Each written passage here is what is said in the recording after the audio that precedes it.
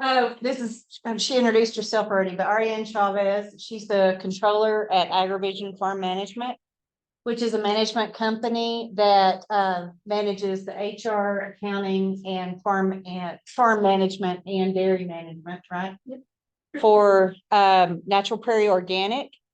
You're gonna have to help me with all the dairies. Sorry. Several other dairies she might mention. They're on the slides.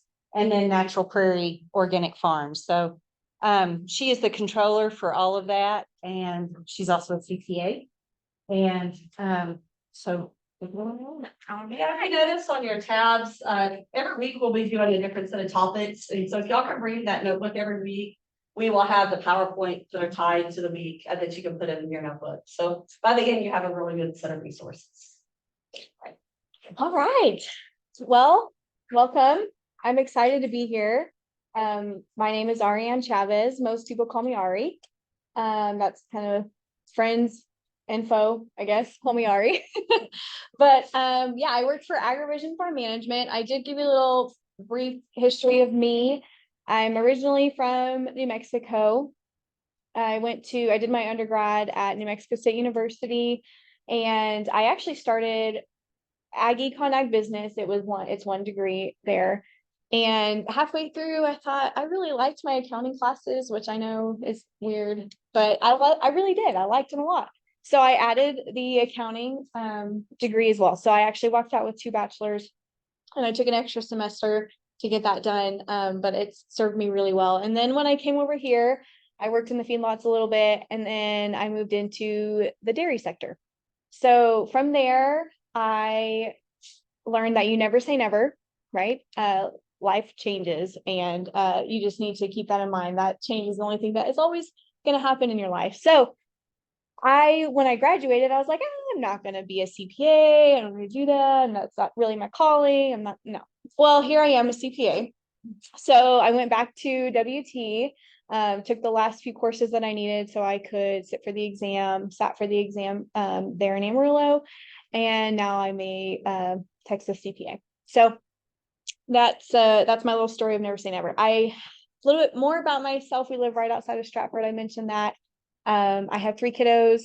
My husband, he works in the feedlots as well. And so we're just enjoying it over here. So that's a little bit about me. Here's a picture of our cows. This is off of our organic dairy. So I'm going to introduce you to a little bit about the companies we do services for and like what AgriVision is about. Feel free to ask questions. Interrupt me, raise your hand, yell out a question. Definitely open. I'm not blocking you guys out, I'm sorry, but definitely open forum here. I'm not going to just ask to save questions for the end because that's not helpful sometimes. So definitely throw your questions out as you need them. Okay, first I want to introduce you to our founders. So this is a husband and wife, Donald and Sherry DeYoung, and they are the ones that started AgriVision. So as Brenda alluded to, AgriVision is a management company. Specifically, we do the talent management side and the accounting and finance. So we're kind of the hub for that. We do call everything talent management. We've moved away from human resources. Our employees are team members. So those are some of the terms that you'll hear me say, but that's what I'm talking about. So we operate right there in Hartley, Texas. And then we provide those services to our customers. Donald and Sherry actually moved up here. They're from like Stephenville, Hico area where they were in dairy down there. They're actually looking for a better spot to raise their calves. So they actually were looking around here for a spot to do the heifer raising and landed in Hartley. And that's what started the transition up here. And so we are able to do that for their businesses as well as some of the businesses they're partnered in. So I wanted to roll this out. This is a new for AgriVision. We just met as the executive team, sat down and collaborated and said, what is our vision, right? So I think this is important for giving a direction for your team members. Like I said, everything changes, right? Weather's changing, markets definitely change. There's highs and lows, you got to ride the wave. But you definitely want to give a direction to your team members, right? So that is what we're trying to accomplish here. So we are just rolled this out to the AgriVision team, but this is going to be our core purpose and our core values that's going to roll across all the dairies and the farms that we also give our services to. We can do that because we do all of the talent management under the AgriVision umbrella, right? So all of their team members are coming to us. We do all the training and everything like that. So that's why we're able to roll this out across all of those entities. So our core purpose, it seems kind of simple, but it's very broad, right? Change lives by providing opportunity to create value and growth. So it seems really broad, seems really vague, but if you look at it, each person can apply that to their own role. And that is what's important, is each person can see, this is how I, with my day-to-day, can do this. So if you ask any team member, they're going to know their job description. They're going to know what's expected of them, right? But sometimes they may not know what where the direction of the company is going, or what the owner, what you're thinking is going to go, right? So this just gives some perspective. And then some core values. These are our non-negotiables, right? These are things that we say, okay, you can maybe do your job really well, but are you going to meet these other non-negotiables of ours? And one is being a steward. We want you to be a good steward of the land, our cattle, because we're in dairy, and our people, of course. So that's number one. And then trust. We believe that we have to be able to trust. And this is trust your team members, trust your coworkers, your colleagues, trust your vendors, and trust your customers, right? It's across the board. It's not just trusting the person you work with every day. It is implementing trust into your day-to-day operations and your businesses. Excellence. So, and if you walk around up there somewhere around Donald, you would have heard the term best in class, right? He's just wanted best in class, best in class. That was in our mission statement, all that stuff. What does that mean? Obviously that means putting your best foot forward, right? So that is putting your best foot forward with your technical duties, what you do to get the job done, to get to the end of the day, but also putting your best foot forward with your attitude, with giving people the benefit of the doubt, right? It's definitely all encompassing. Teamwork, together we achieve more. Again, as you're scaling your businesses, you can't do everything. You are not going to accomplish everything yourself. There's no way that you will be able to have any sort of energy by the end of the day if you're trying to accomplish it all yourself. That may be where you are starting, right? It's your one-man show, or it's you and your family, and that's great. But if you're wanting to scale, you are going to have to bring people on board, and you're going to have to trust them with everything you have, because that's what it takes to do the business, right? So teamwork is a big one. And then passion. Love what you do. It makes the biggest difference. If someone's in there just doing their day-to-day, you can get someone in there that's going to come in, clock in, do their job, clock out. But if you get someone there that has fire, that has passion, that cares about the same things you care about, that's when you're going to really be able to scale, and you're going to make a difference, and your business is going to continue to grow. So I just wanted to share you guys, because this is new for us. We just rolled this out last week with our team. So I just wanted to give you a little insight of what we're doing. But when I mentioned the stewardship, when I said people, land, and cows, when you find the synergies where those overlap, and you are doing your due diligence in all those areas, you're able to scale, you're able to grow. So that's just what this slide is about. Okay, to give you a little bit of where our customer base is, that's what this map is going to do. So where the cows are, that's where our dairies are. So we are primarily in Hartley, Channing, that area. We've recently expanded into Indiana. That is an extension of our organic operation that's in Channing. And then where the barns are, the blue barns, that's where our farming operations are. So as you can see, it's pretty much right around the cows, with the exception of Colorado. We have some farmland in Colorado. That valley produces amazing alfalfa. It's super high quality. The cows love it. So we have a farming operation and we freight it down and across, just because it is very good. So that's where we're located. And then I want to give you a little bit of size perspective on where we're at. So these numbers are just the organic operations. So this is between the Texas and the Indiana. So this is combined numbers. So organically, we're milking a little over 16,000 cows. We are managing over 350 team members between those two locations, and we're farming a little over 45,000 acres.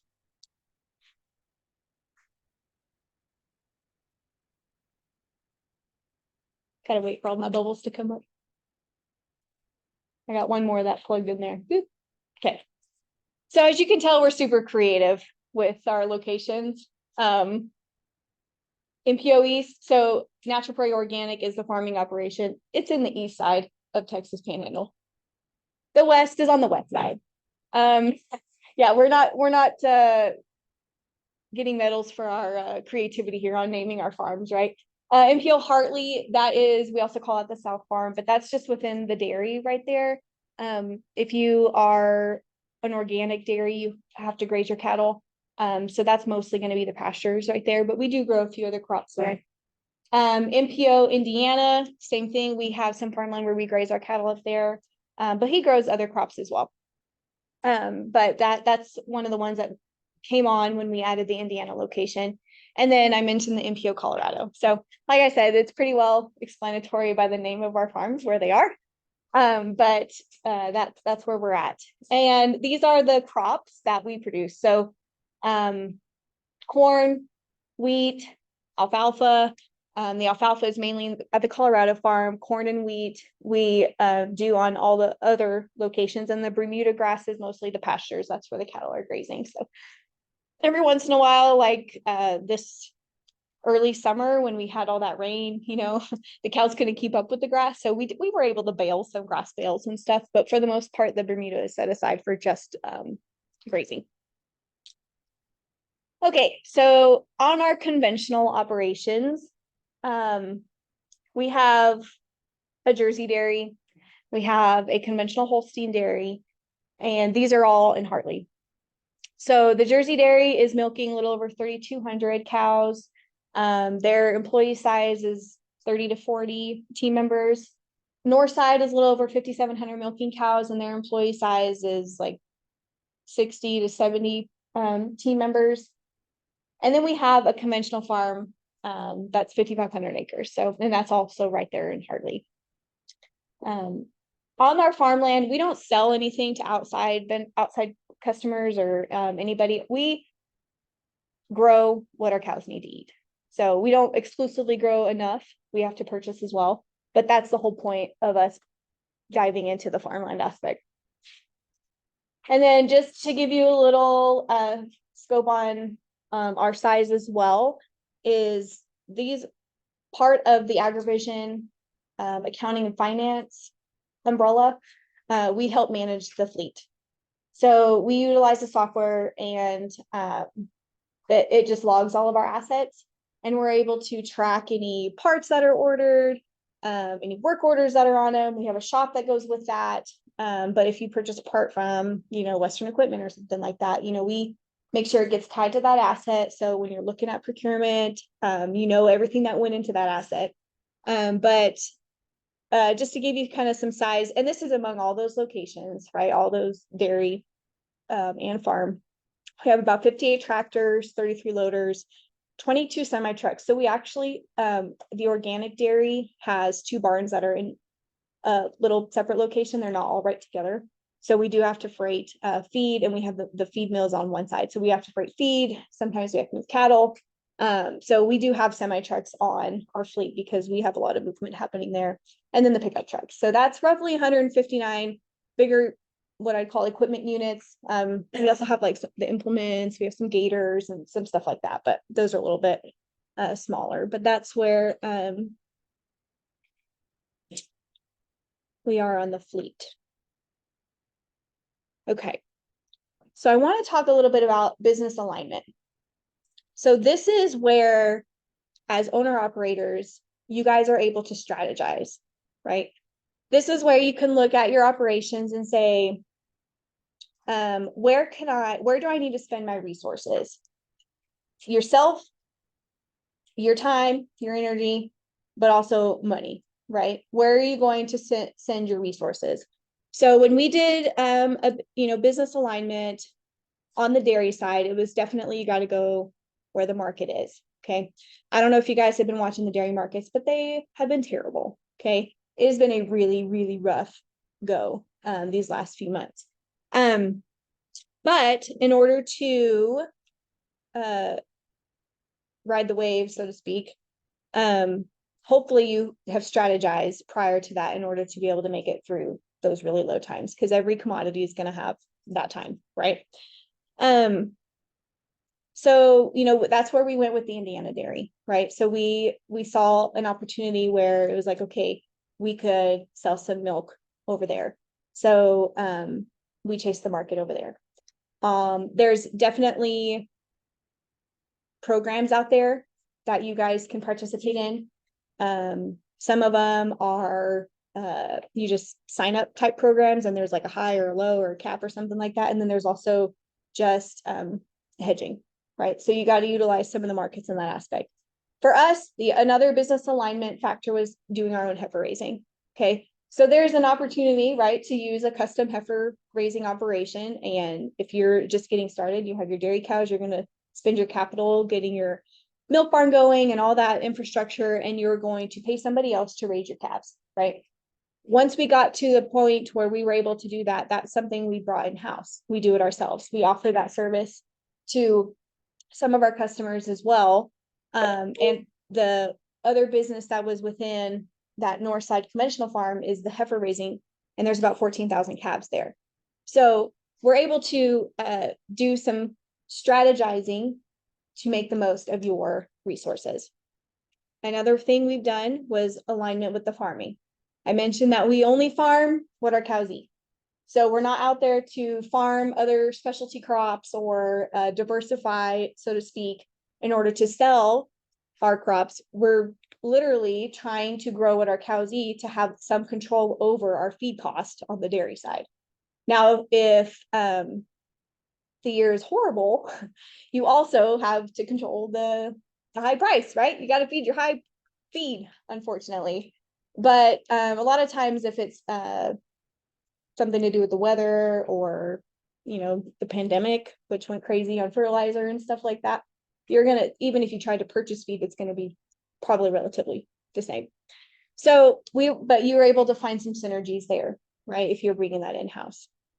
And then additionally, we went to the organic side. So we already had to have some circles for grazing.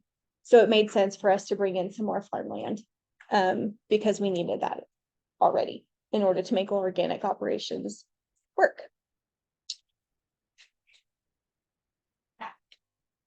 Okay, so that just gives you a little bit of perspective on who we are, some of the things we have done to scale the operations, and some decisions we looked at, some analyses that were made.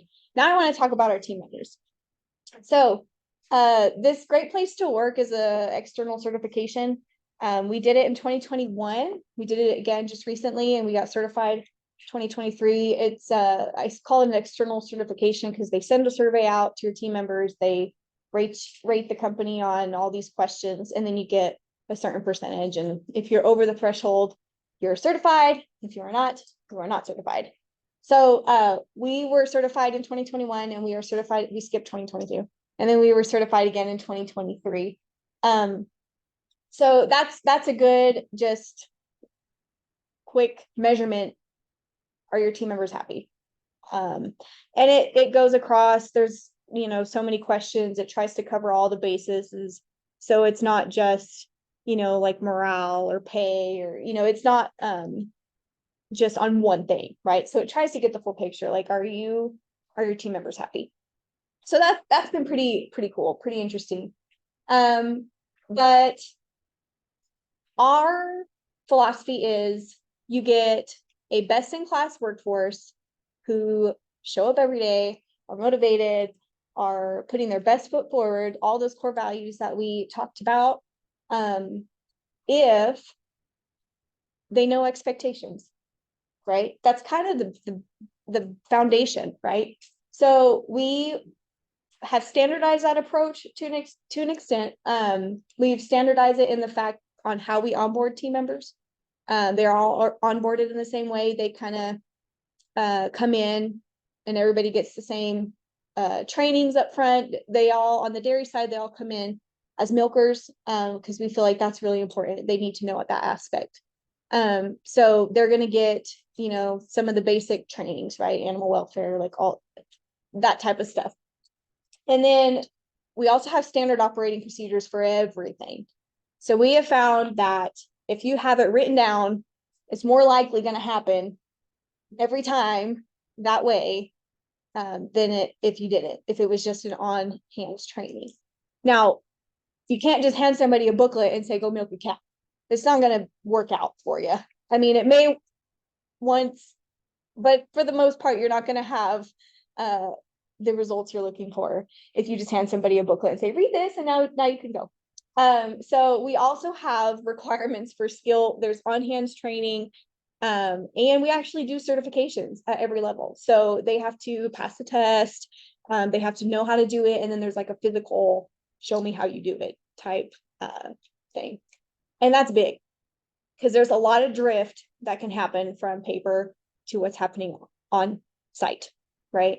And I mean, it happens to people with the best intentions. I'm not saying they're, you know, people are just not wanting to do their job, or they're trying to just get by scot-free, so to speak. But, you know, as you do day-to-day stuff, you know, there's just slight drift of how things are originally intended to go and how they are right now. So that's why there's ongoing supervision. So that's the last bullet point there.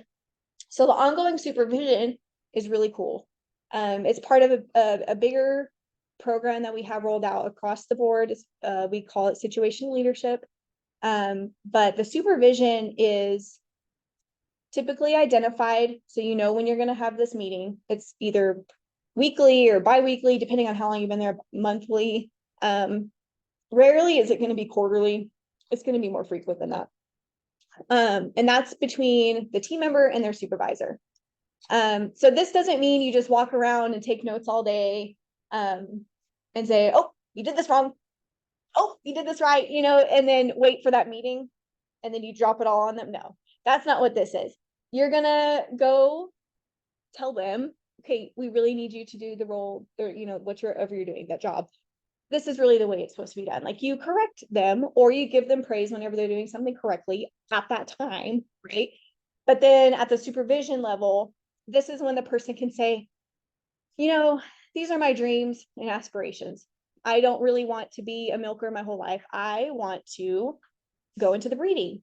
Like, I really like that, or I think I would like that. Maybe they haven't been there yet, but they're like, that inspires me. That's kind of where my goal is. So it gives the opportunity for the team member to have the place, right? They know they're going to have supervision with their supervisor. It's not like you have to go wait at their door and say, okay, can we talk? Do you have a second for me? Right? It eliminates all that anxiety, all that frustration. You can, you know, you're having the meeting anyways. So it gives the opportunity for the team member to say, hey, this is something that I would like to learn. What are the steps to get there? A lot of times that pathway has already been mapped out. And it's like, okay, perfect. This is what we need to do. And that's where that standardized approach that's what this is talking about. Because we know the pathway to get you there. If you want to go from milking to breeding, or if you want to go from milking to a roller operator, these are the certifications that you're going to need. These are the tests that you're going to need, so that we can trust you to running one of our loaders, or we can trust you to, you know, be doing all of our breeding and ensuring that we have furs coming down in a couple of years. So, you know, it is a way for us to have a pipeline, so to speak. Say we know where our team members are, where their desires are, what they want to do. We can get that team member on the right spot on the bus, and that team member is most likely going to stay if they're on the right spot of the bus, right? So Donald, this is another coin term you'll hear him say if you walk around the office for a few minutes. The more you learn, the more you earn. So definitely this type of approach puts the team member as the driver. Say you have control over where you want to go. And it just alleviates the frustrations around the conversations that come with managing expectations, what my goals are, what my dreams are. It just creates the platform for that, which we have found to be very successful. I just wanted to list a few things that where our guys can go, guys and ladies. Like I said, most of them come in at the milking level because we think every person really needs to have that perspective. You come in there and see the milk corn. But then you can go into breeding, you can go into equipment operations, that's the rolling operators I mentioned, feeding, a hutch medic, you can go to the hospital pen, irrigation, those are the guys on our gators driving around all the farms, maternity, mechanic, so we have shops, right? We have a lot of equipment and it breaks down. So that's a really important, they're all important roles, but milking, of course, and then pastures, that's the same as like the irrigator, but it's only on the grazing side, right? And then truck driver. So we really can set the pathway to any of those that you would like to go. And that's something as you're building out your operation, saying, okay, what are the different roles that I can have my team members come in and fit, and then how do I get them there? How do I train them to be there? This is our office staff. So this was when we first got certified as a great place to work. They send you all this little like signage and fun stuff. So anyways, we really want our team members' goals to be aligned with ours, right? So as you grow and scale, like I said, you can't do everything yourself, and you have to trust the people you're working with. And by going through these type of processes, this gives you confidence and gives them confidence in each other.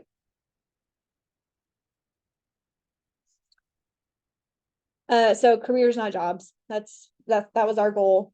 So we also do soft skills training. So it's not just how do you milk, it's not just how do you operate a loader. It is how do you onboard a team member? How do you train somebody?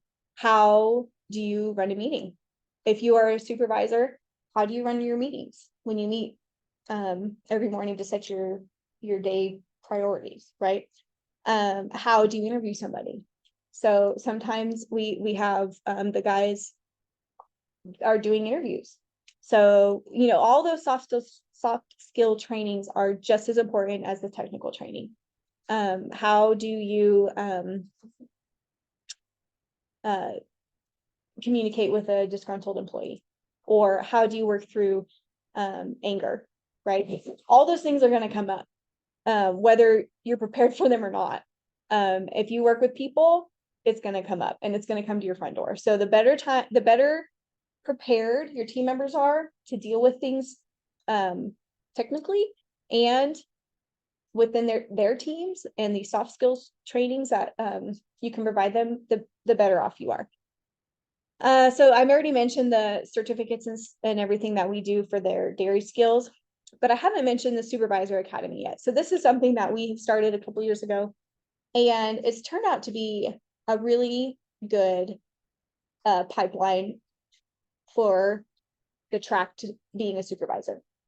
So these team members are tapped, so to speak, by the dairy manager or farm manager, or another supervisor can recommend them. But generally the person to put them through the academy is going to be that immediate dairy manager or farm manager. They say this person has the skill set to be a supervisor. So whenever a opening happens, we have people that have gone through the supervisor academy that are already ready to go, and we know that they have the skill set. So that's where some of that soft skills training happens, is in that supervisor academy. There's a few other things that are not technical, but it's like, how do you do payroll? How do you push that through the system? That kind of stuff. So it just trains them on how to do the various jobs that come with a supervisor. Because I don't know if you guys have been or witnessed or seen somebody that's very good technically, and they get promoted to a supervisor level because they are rock stars, and rightfully so, right? You like, you are a rock star, go to the front. You are going to manage this team, yada, yada, yada. And that is not their skill set. And I don't know if anybody has witnessed that, but it is very hard to witness that, because a person that is very technically strong does not necessarily mean that they can manage a team, or that they want to manage a team. Not even that they can have the skill set, right? Because we give them the toolkit, so to speak. It's like, here's how you deal with some of this other stuff that comes with managing a team. Not everybody wants to manage a team. So if you have somebody already identified that says, yes, I want to be a supervisor when the time arrives, or when an opening happens, it eliminates all of that frustration. And you essentially save yourself a team member that's very good technically, does not want to manage a team. You don't put them in a role where they're going to burn out and increase your turnover. Right. So this has turned out to be a really good situation for us. We've been doing it for a few years now, and it's turned out to be a really good program. This is a really fun picture. I just wanted to put it out there. So our guys love soccer, and that we have teams. We have jerseys. We have obviously the soccer goals, and they play against each other. And there's a tournament, and the bragging rights, all the things that come with it. This is really fun. So this is something that's just recently happened in the past like 5 years or so. And I'm not really sure if I think it was like, hey, we like to play soccer. And then like all of a sudden it turned into like this game. And then jerseys were bought, and it's turned out to be a really fun thing that the guys get to do in their pastime. So okay, so now I want to talk about business and office management. Is there any questions so far? I know I'm just running through. Yeah. Lost. Who owns these stairs? So Donald and Sherry own a few of them, and then they are partnered with their brothers on some of the other ones. And the same thing with the SOP. With the Yeah, MPO, yes. Yeah, so MPO, the farmland MPO like rolls up into Natural Prairie Dairy Farms. It's all one big company. And then the dairy is just Natural Prairie Dairy Farms, and then the farm is Natural Prairie Organic. But it all rolls up together. But yeah, that's one of the ones that they're partnering. that's why in against schools, Natural Prairie Organic, we're doing this. Yeah. Okay. So business and office management. So as your businesses are growing, your office practices are going to change slightly as needed, right? So there's no necessarily handbook on what's best practices for your office. It's more how can I put in some efficiencies in our current roles, right? So when I first started with AgriVision, we had there was a couple AP people, and the rule of thumb was you get your invoice. From the day you get your invoice, the goal is to have it paid, like approved by the dairy farm manager, whoever needs to approve it, and paid by 10 days. Okay. We're like, there's no reason for us to hold it on any longer than that. And sometimes it took that long for the dairy managers to get in there and approve their bill, right? So that's kind of one that stuck, right? We still keep that rule of thumb. But when there's just a couple of you in the office, it's like, okay, well, I have a handful of checks. I'm just going to get them done, get them off my desk, cut them, get them off. Some people are wired that way. So I don't want to look at them anymore. I see it, send it off my desk, and I don't have to think about it again. Other people are like, wait, I have a couple days before I have to get this due, and I'm going to wait till I get a couple more bills. I'm going to run one check on. Oh, that's fine. None of that is, neither one of them right, wrong, or indifferent. But it does create a bottleneck if it is after 4, that check you ran is probably not going to even go out today. So you can just stash it. Now you have to just stash it in the mail bin overnight. If it's after 4 on a Friday, it's not going out for the whole weekend. So that vendor's not going to get that just adds days. Plus it's already in snail mail if you're cutting a check, right? So as we grew, we were like, we really need to streamline some of this, right? So we rolled to, for us, it was just 2 check days a week. We're like, we're going to process AP 2 times a week. We still felt like it was necessary to do it twice. Once probably would have been okay. But there's sometimes some bills show up, and then they've been sitting in the guy's bins for a while. So then it's like, oh, we got to get this paid. So we're like, with 2 times a week for processing AP, we could probably keep things rolling pretty well and keep our vendors happy. And that managed expectations for the check signers, right? Say, okay, I know 2 days a week, I need to allocate my time to sign checks. And the rest of the time, the AP people are getting the bills, getting the backup, all that kind of stuff. So that's one example of an office practice that evolved over time, right? Now bring in ACHs. So now it's like, now we can actually pay by ACH. The vendor's not having to wait on snail mail. But what does that do to your office workflow, right? So we opted to do, 1 check day we still cutting AP twice a week, but one's a check run, one's an ACH run. And we are able to tell our vendors that we still pay within 10 days. If you're an ACH vendor, the most immediate Friday that's coming, you're going to have an ACH in your bank account. Because the idea is to let our vendors know that AgriVision and the associated customers that we do the accounting and finance for pay ACH on Fridays. So you can expect to see a payment on Friday. And then we send the remittance stuff and all that things.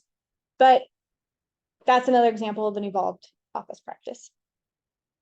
Another one that came into light as we were growing and lots of things moving around and the whole managing expectations with everybody are checklists.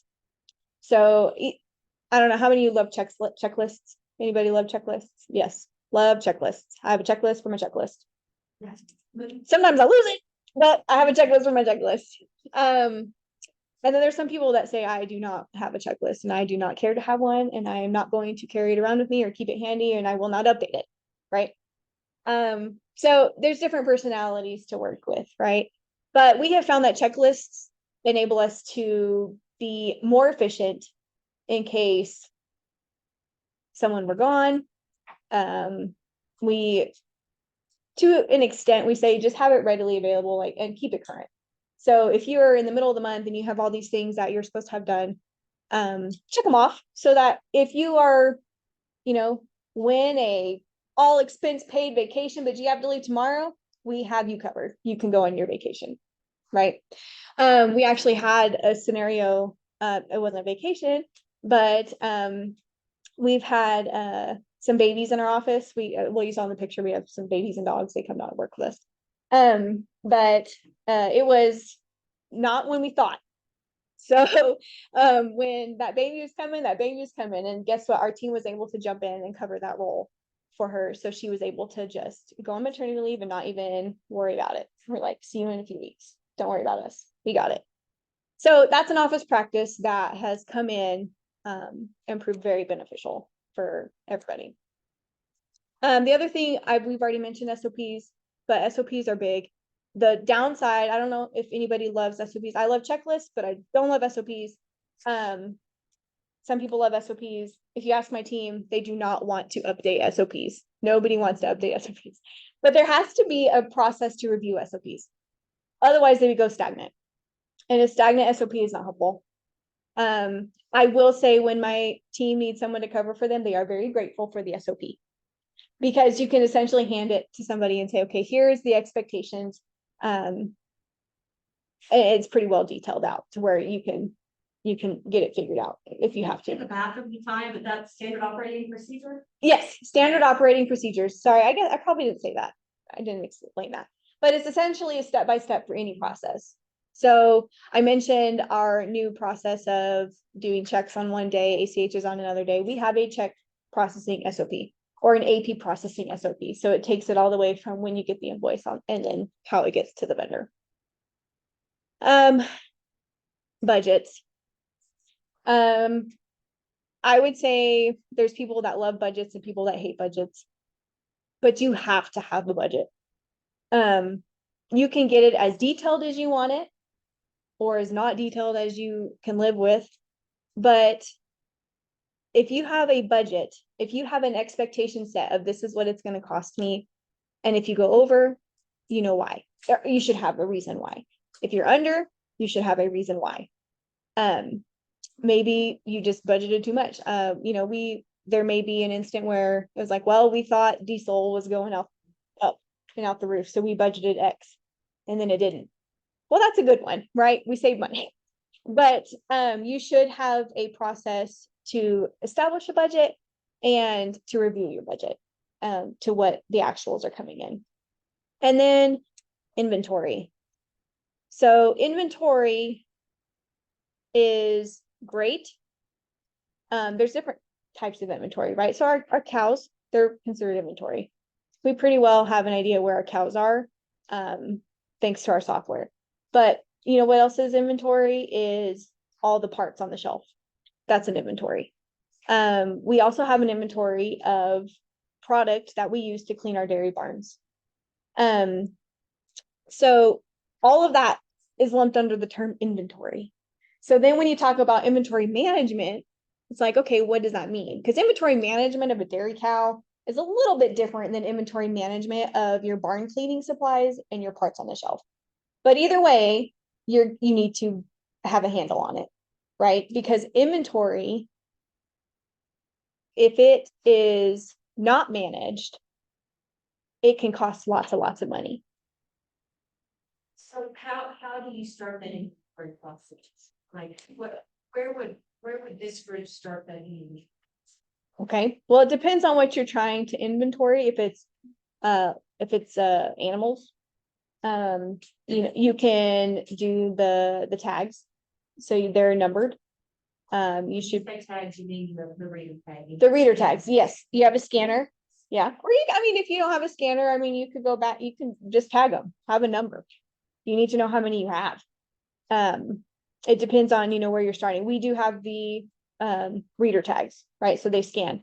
The software we use, well, every time they come into the dairy barn, they're scanned. So they're scanned multiple times actually. So that the whole history on that animal is in that software program tied to their tag number, right?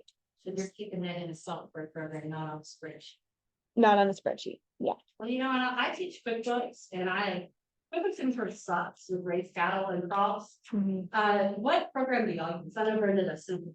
Yeah. So that brings me to my slide here. We kind of use a lot of different software. So we still use QuickBooks for our dairy and our equipment companies and the land companies. We have them all a little bit separate. Centerpoint. This is the 2023 enterprise version. I'm mad at QuickBooks because I like NetSalt and they're trying to force people not to use NetSalt anymore. They are. And do more online, which just seems not to work. Yeah, and we have one company we rolled to online because the person, the AP person running the books is not here. And so we wanted to be able to pull that one company off. And so we rolled one company to QuickBooks Online and the rest of us are still on Enterprise. But that's the ones that we still utilize the dairy for. And it is strictly the finance, right? Cow numbers are not in there. We do the farming in Centerpoint. So our farm numbers are not in QuickBooks.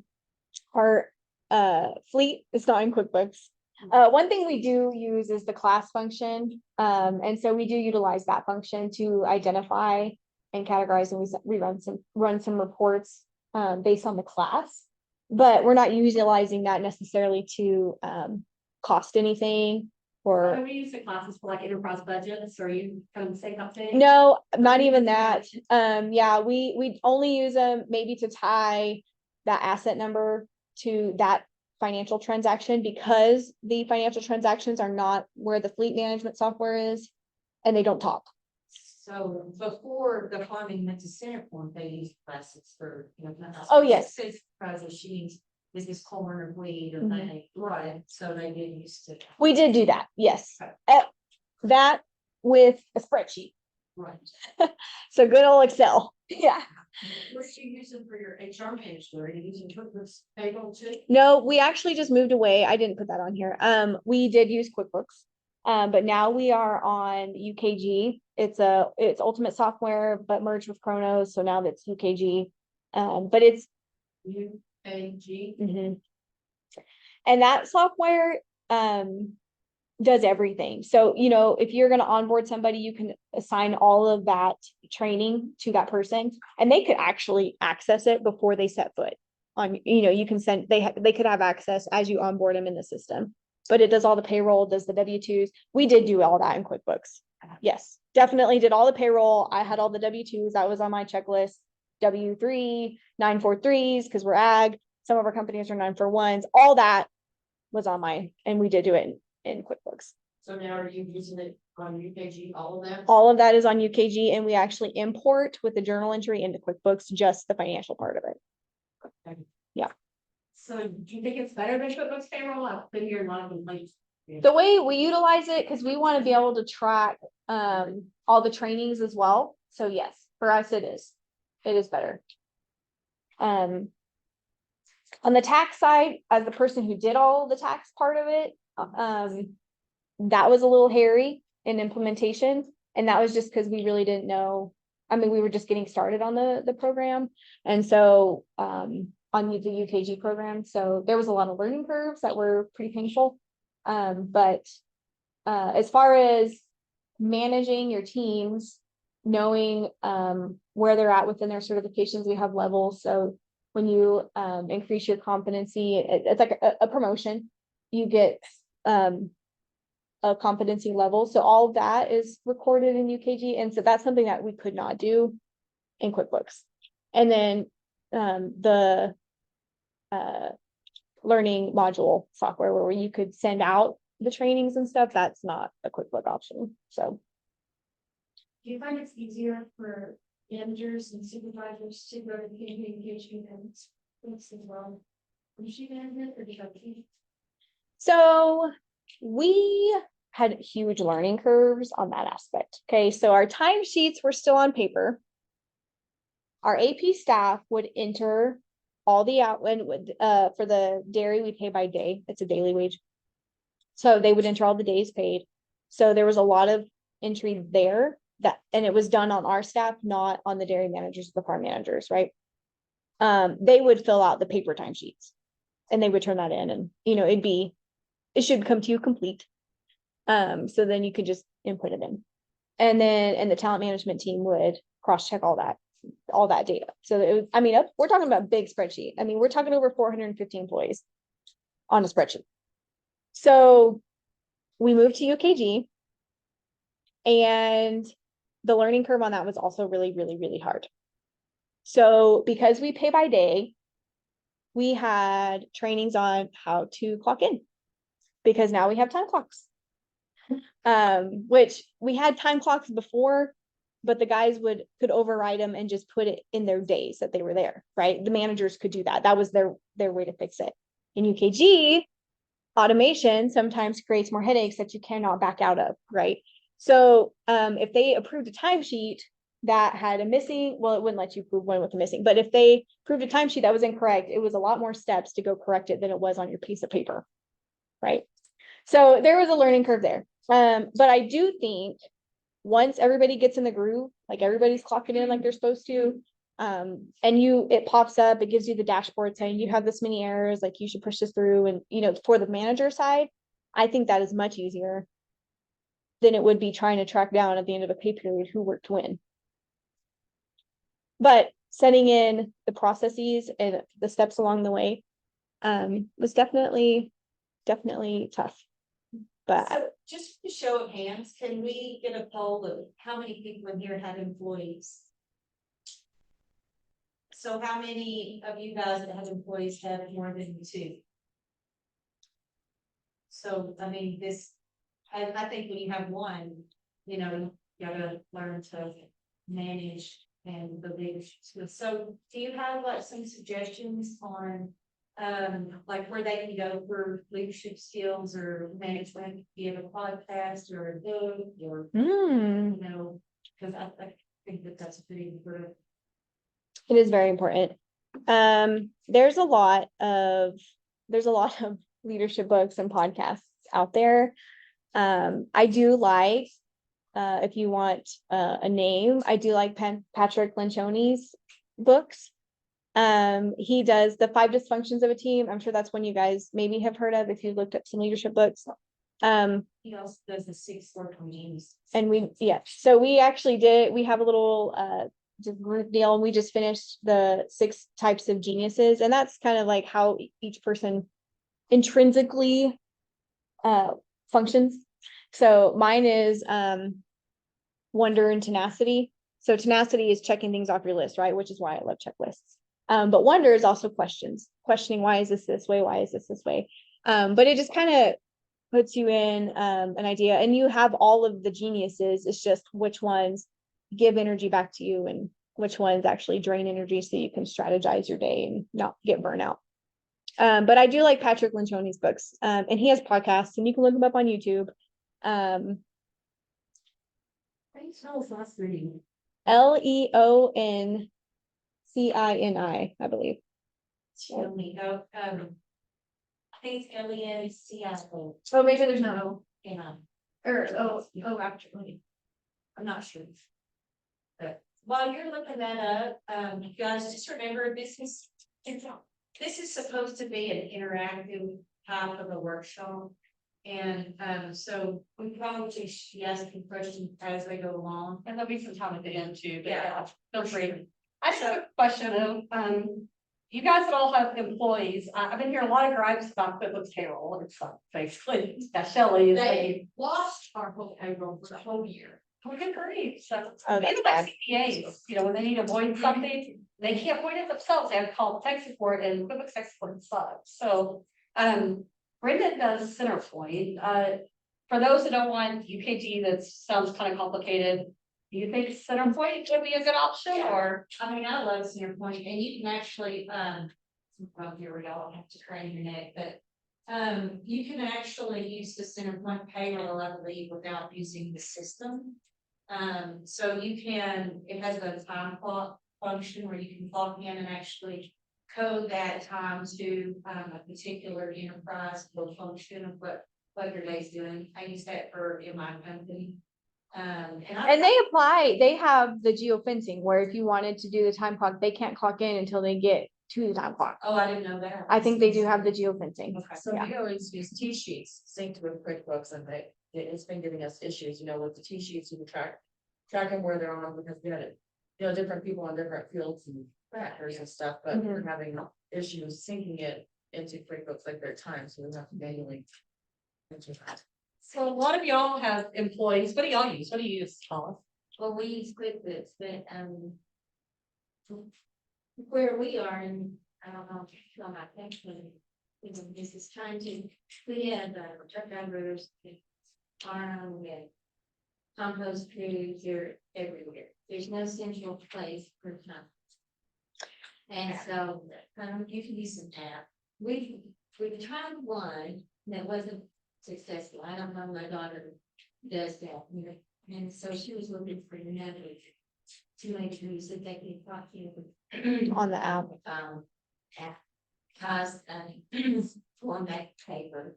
For having a little bit of attention. And that's Yeah, just looking, just a little bit. Yeah, Mhm. one of our guys was at Don's for 3 hours. But not. Oh, yeah. Yeah, so what is their return? Yeah, as far as the badge system. Trust, right? Yeah. Yeah, even though you trust but verify, right? So even if you have the trust, you better do your due diligence and verify. Because yeah, it's just out here, it's a lot of things. So we used the time clocks we had that, but there wasn't an app. I mean, we purchased the time clocks, I think it's through, and there was a badge, you have a badge and you would click in, it was through Ideacom. Was who did the badges and the time clock system, which I think is called Velocity, I think. But it never talked to our program. Like we always had to do the paper side. So we kind of jumped into the big UKG and just kind of, yeah. So that, Yeah. like just Right. So, but if you're looking for something, yeah, like or like Brenda said, Centerpoint has it. Do they have it in the app? Yes, they do. Yeah. So one of my clients, they actually clock in on the app and. When you first clock in, what I do is my baby also is for me to say what I'm working on right now. And then as you clock out, it's already there, and then you just clock back in and you can change tasks. So, this one client,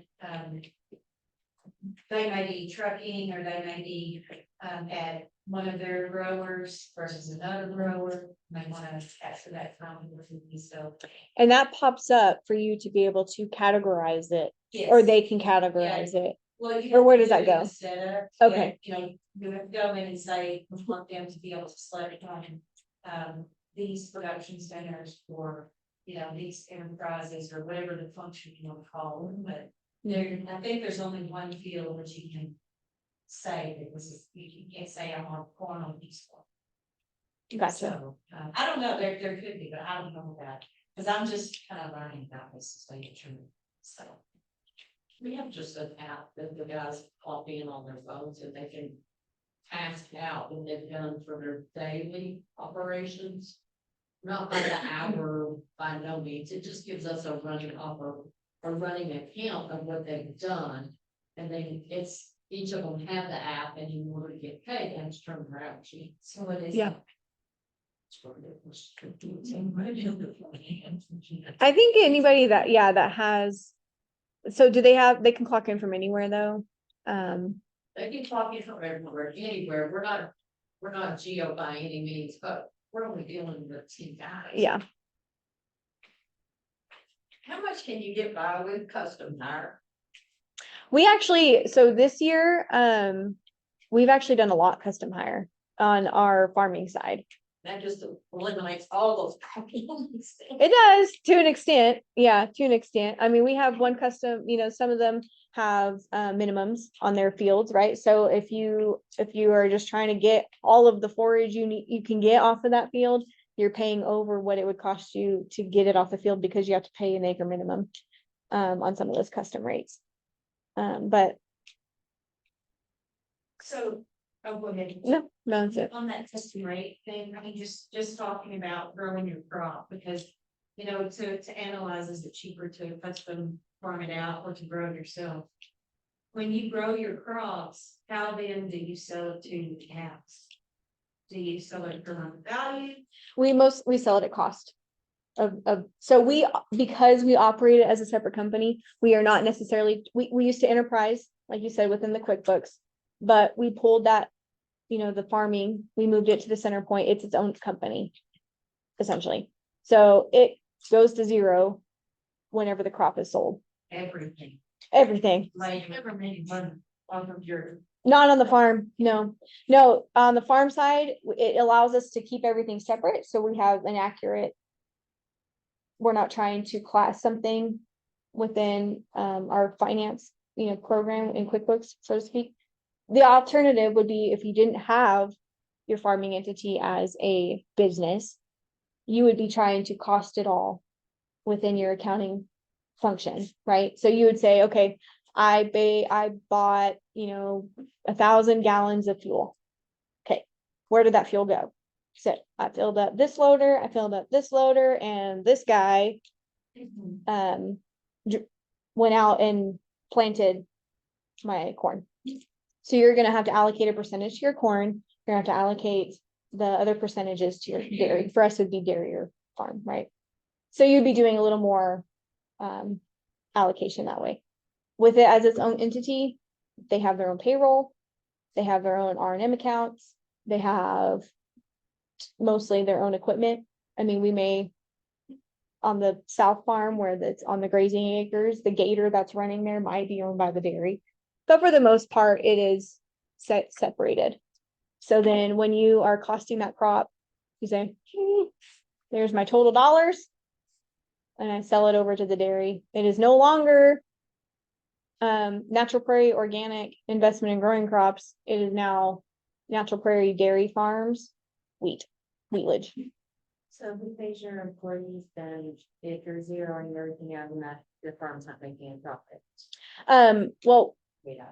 they still get paid out of Natural Prairie Organic. Yeah.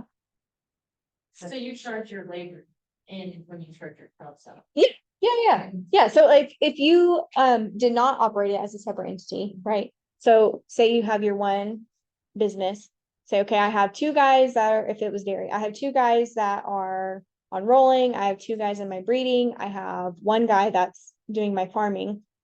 I custom hire the rest. And then I have one guy in my maternity barn. So all of that would be dairy except the one guy on the farm, and I would allocate that to my farm crop that I'm growing. And it would just be his wage. He would still be getting a paycheck from your entity, right? His top of his check would say, you know, if we kept it all together, it'd be Natural Prairie Dairy Farms. But in the system, his dollars would be sitting over on my cost of growing corn, whereas everybody else's dollars would be sitting on my labor in my dairy cost of operations. So that if you have separate LLCs or LLPs. LLC. Archie. General business partnership? They're all LLCs. And for the each one is a little bit different. So the organic stuff does all roll up under one LLC. We roll all of the, because we have the little equipment companies set out. We have found out that setup has worked instead of doing the enterprise accounting under one name. So those all roll up. The north side that I mentioned, the Holstein Conventional Dairy, the Jersey Dairy, those are LLCs, but they're by themselves. Yeah, they don't roll up with anybody. Okay, so does your, company, the Agrivision Farm Management, is it an LLC with, that's separate from all of these others? So your actual operating business operations are their own LLC? They as are. well? Yep. And you So charge we- those out to- Yeah, so Agrivision shows up as a consulting line item to the dairy and the farm. If that's, yeah. You misunderstood. By custom hire, I meant like our son does not work for us, Okay. but we always, we always end up, he'll keep his own hours when he's spraying or he's doing cattle work. And then we just treat his customer. Can we get by with that? I mean, if you're paying him, yeah. Explain is one of the questions. Well, there would be, He brings his own horse. I mean, can we make it a good story and get by with that? I have a question on how do you differentiate between a W-4 employee and a contractor? We send him a 10-9. yeah, so he's a contract employee and you're paying it. Yeah, I mean, you could, There's some kind of gray area. There is some gray area as far as if he's an owner in the operation, that matters. Okay, if it's not like the other stipulation, I mean, it has to appear in fact, and I don't know the exact wording, but it has to appear at arm's length. So either he's not an owner in the business, but he is related, so that can appear that it's not arm's length, so then it needs to be fair market value. So you can't just have these prices all over the place. He's keeping a time sheet. That is gonna give you substance. It's a rate, it's set ahead of time. That's gonna give you substance. We also hire our brother law, and we pay him for, so that's. Well, if there's some kind of time sheet to substantiate hours and then that it's a consistent quasi, something similar to fair market value, doesn't always have, usually it's below it. So I. most of the time we make our relatives work harder than what we pay them. No, I'm told for similar, but if she, her brother-in-law, she has exactly what you can make. That all of this goes together to make Now you could it. do a contract and pay him so much per, Mhm. and that would be custom. And it needs to be reasonable. If it's astronomical, when you ask for, that's what Brenda's saying, if you ask for fair market value from a neighbor who would come do the same work, now, maybe not ask your neighbor, but if the going rate is X and you're paying triple that amount without triple amount of work getting in the back, then that's where it gets become questionable on the related part. That's where they're gonna start looking at it going, is this that? That's what they're gonna come in and make sure that you're not robbing them Mhm. by trying to move money from one company to an individual that would have a low tax rate. Yeah. It's nice. But if you have a contract, he's providing goods and services, or whatever, you know, and yeah, he's providing goods and services, and it is what you could reasonably get from another non-related party. You should not have any issues. If you were audited, you would pick that. Yeah, and if you wanted to even go the next step, you could put your other bids, if you shot out some other bids in with your paperwork. And say, I did my due diligence, I shopped, I looked around, and he was the best. So, Thank you. Yeah. We've got about 5 more minutes. Any other questions for Ari? And on the farm side, you can bring in any labor under the H2A. program. we do. Yeah, so the H2A program, we mostly use them on our grazing side. Because I mean, the farming side, we still have people there not from February to October. But so we bring in about like 16 of them, that come in and help on the grazing side, and they help right around on the MPO Hartley. They're under the dairy side. So they're pretty much in pastures. We also do a lot of TN visas. So that's another program that we utilize. Do you have pretty good luck with your TCAS? I think so. Yeah. Our program is still fairly new. We're probably just a few years into it. I think the best bet to make a TN visa program work is you have somebody that came in as a TN and they recruit for you. Because they're going to be able to give the best picture to the people they're recruiting of what the day-to-day looks like. And they have an invested interest in bringing people on, right? Because they still work with you. But yeah, so far, I mean, we have a fairly large TN visa program now. And so far it's been successful. And those ones are year round. You can choose, visas can be 1 year, they can be multi-year. So I've seen some that have come up to 4 years. Some of the visas are 4-year visas. And yeah, Yes, the H2As are seasonal. Yeah, they're different programs. The TN program, we're working on that. The H2A program. Yeah, if you have different entities, some firms can roll them.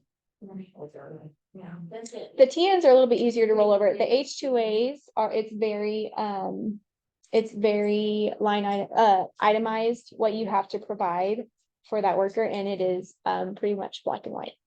Okay, so what do you call this? A TMV or? TN is the visa type, a TN. And they are degreed in whatever country they're in is a TN categorization. What does TN stand for? That part I don't know. She is in Tom. N is in Nancy. Mhm. Right. It's okay. I don't know what that stands for. And the other one is H2A, which is the laborers. I've been reading with the H2A. TNPs. So what do you guys think is better? It depends. So like for our farming operations, the H2As work really well. And a lot of times we have the same guys come back every year. So they come from February to usually all the way through October, and then they go home and they get to have, the holidays with their families, and then they come back in February. So we've had a lot of returning H2As, and they come and just farm in the summer seasons, spring to fall, but You said an agency? no, Or do you do it yourself? we do it ourselves. We did, I think, the first year use an agency to figure out some of the stuff.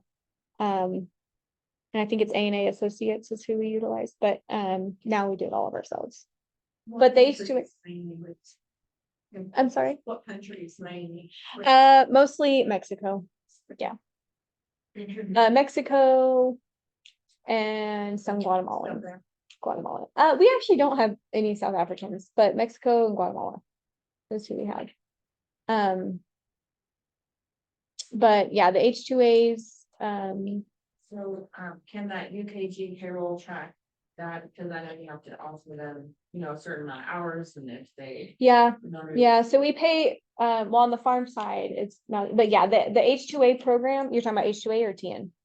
H2A, yeah, so they have a set pay by hour rate.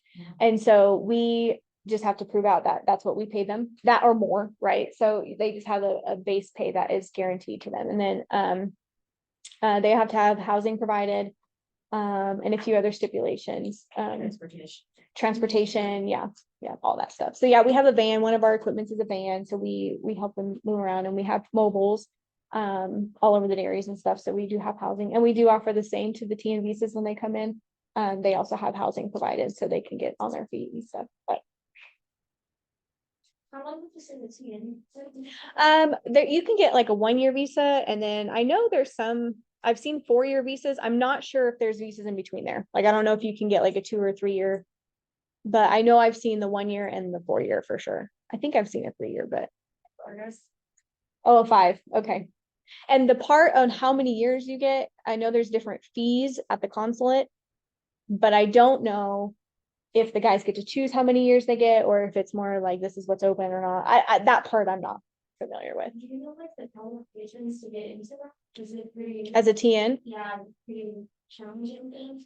no, they just have to have, I think, a degree, and then some way to find a company that would sponsor them, because you have to send a letter, an offer letter.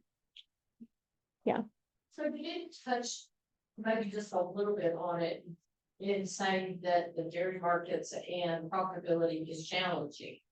What do you guys do to compensate for those challenging environments? How far forward are you hedging? How does that marketing aspect work?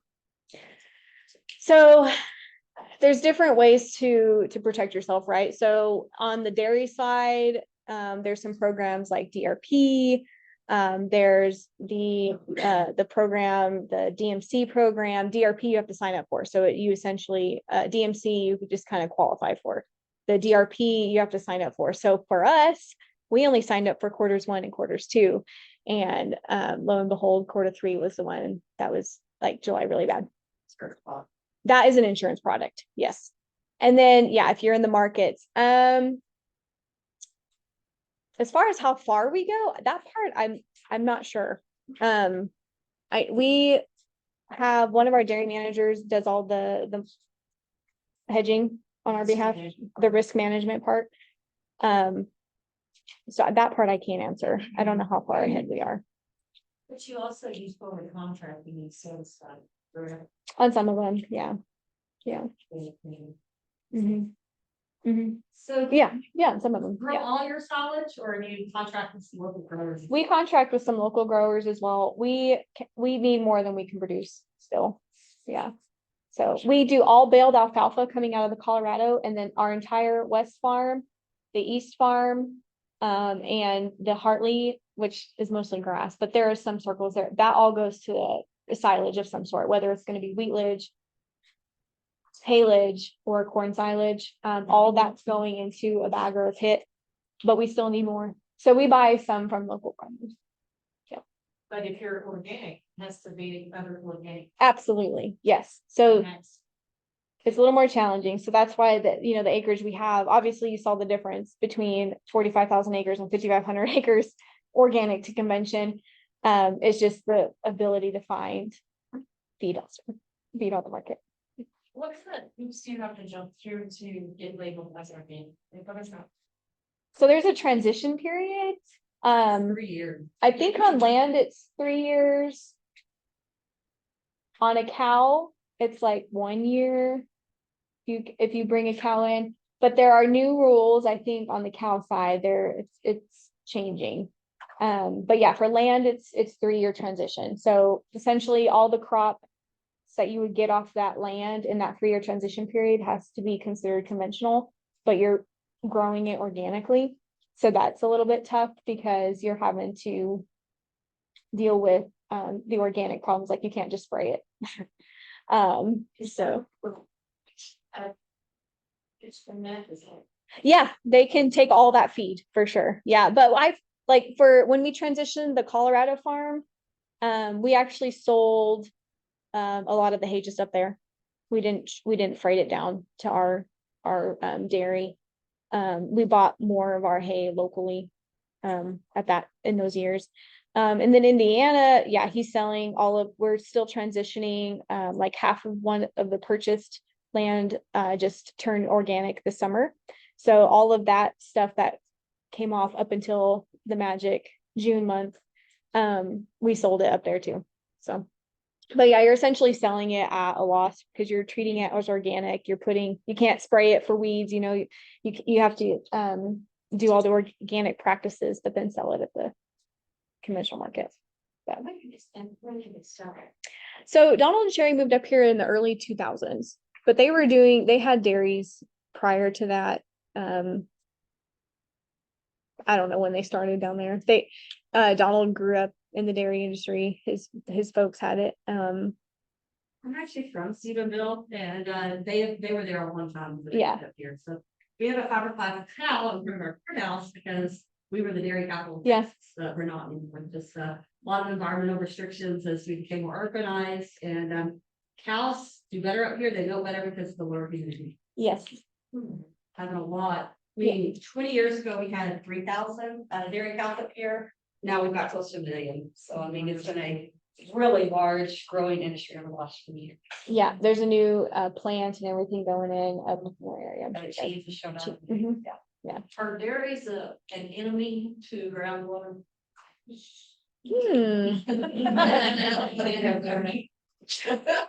That's a good question.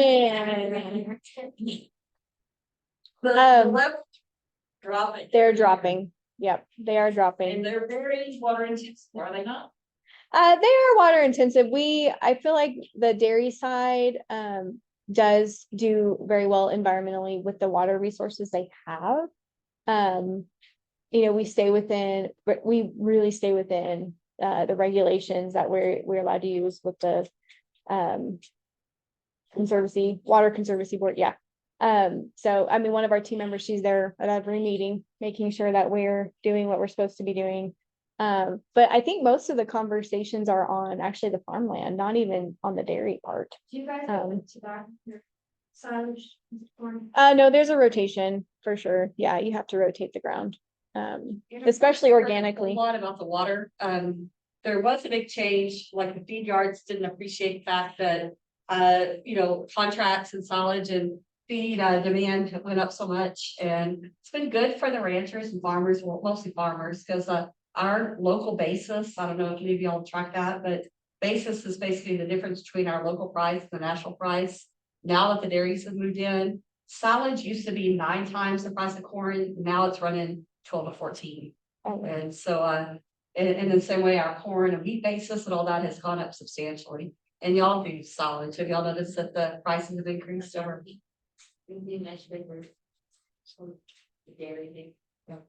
Well, and wheatland is a big deal. Corn. Instead, chocolate.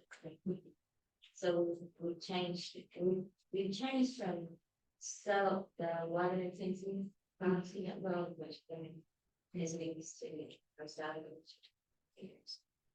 Things that makes me and you inform the cost and it actually form. So we lack them. Yeah.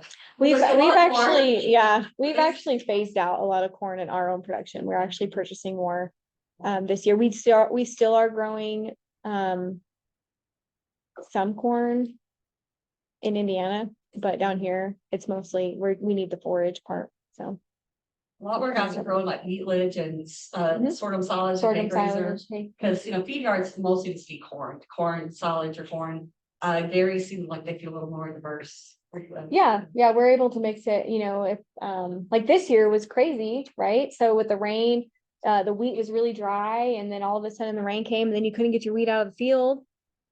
And then once you got out of your field, you didn't have time to plant your corn if you were gonna go with corn behind it. So it was a game changer this year on options. So, we definitely let go of some of the corn silage acres. We still planted some on the conventional side. And then we went with some sorghum and actually on the organic, by the time we could get the wheat out, we had to let go of our entire corn silage and sorghum silage plans. And we just went straight into what's going to be our 2024 wheatage. So we lost a whole crop there. So, yeah, Appreciate it.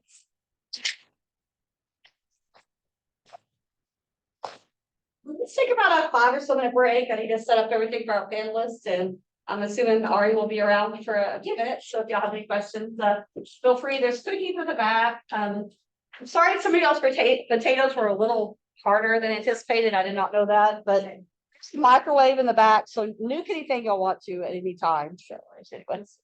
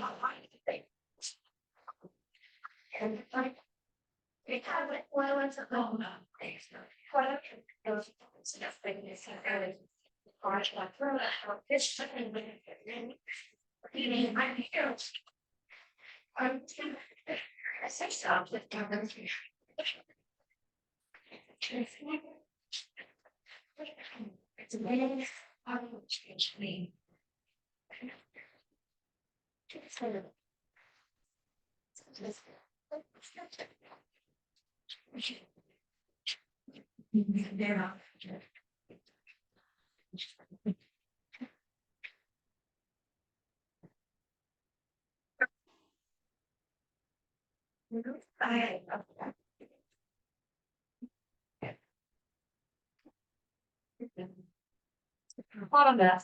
Hey, crap. I think we're good. Do you want to introduce? They're gonna point each other.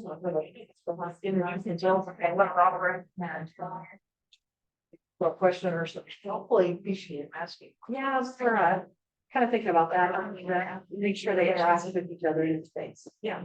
Yeah, so how did you do on your panel in Stratford? Did you have certain questions you asked them, or did you have any questions and you Sort of asking. just your name, right? My computer, like Yeah, that's. We had a bit of themselves. A little bit about the operation. Oh. Okay.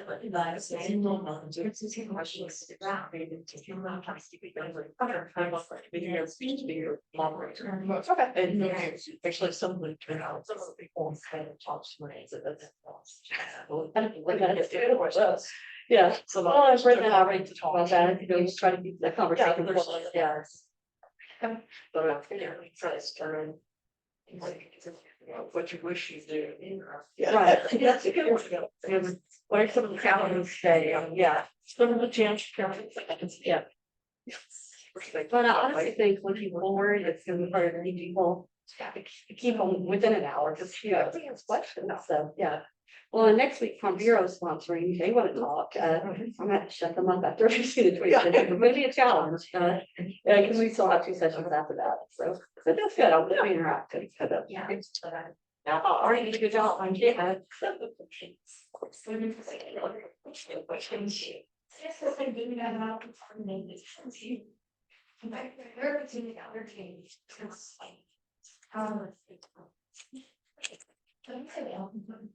And then it kind of spread out and it would be kind of first time there and what I. She was your game student, and this is the way so doing it, so we're it's not made up, yeah, and it's listening to clearly, you're like, you could try. Well, it's one more, okay, she's saying that. Yeah, and we're going to, it's for it.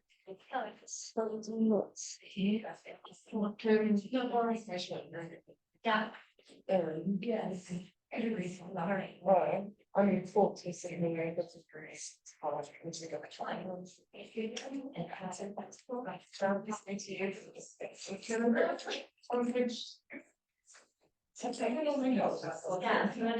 You're a nice teacher, my friends. Yeah.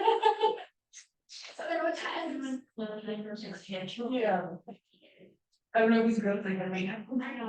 Hey, customers. Okay, probably gonna have to farm down, so it's. Is it was for me a little bit and kind of get. I know, well, that is my whole burner, and really ridiculous, you know, you start, you know, turning your action or, you know, or kind of like. Well, you said that name. Oh, yeah, and it's, yeah, so. Yeah, I think honestly, I honestly before, yeah, I want trouble with I'm saying. The other hand, like, you know, have on top, and you want to sit. I shouldn't be something like this, maybe not the topics.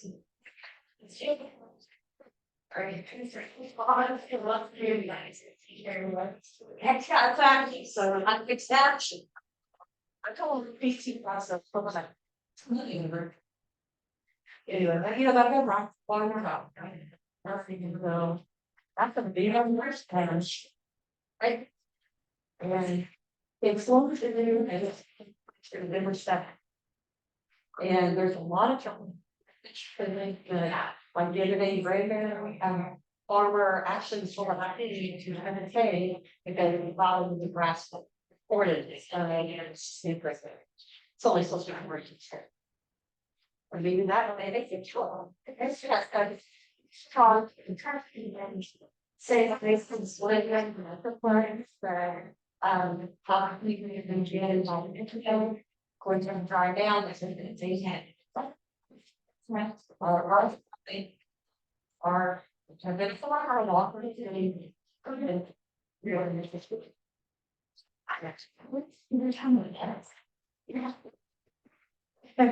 So they have until the one week.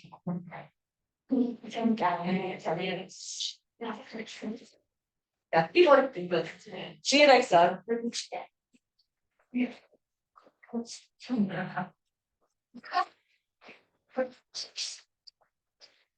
So, one to organize. Tell her to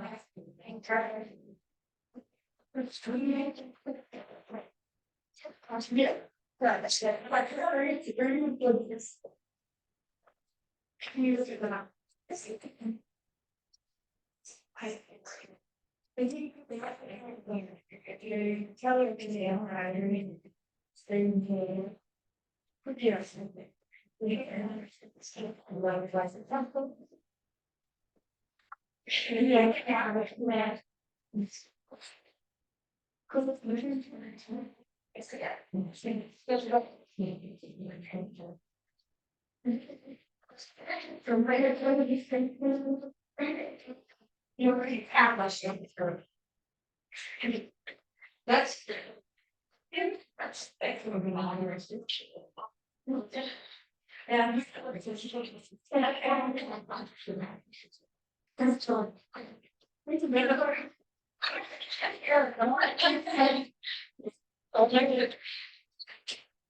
Yeah. That's all I.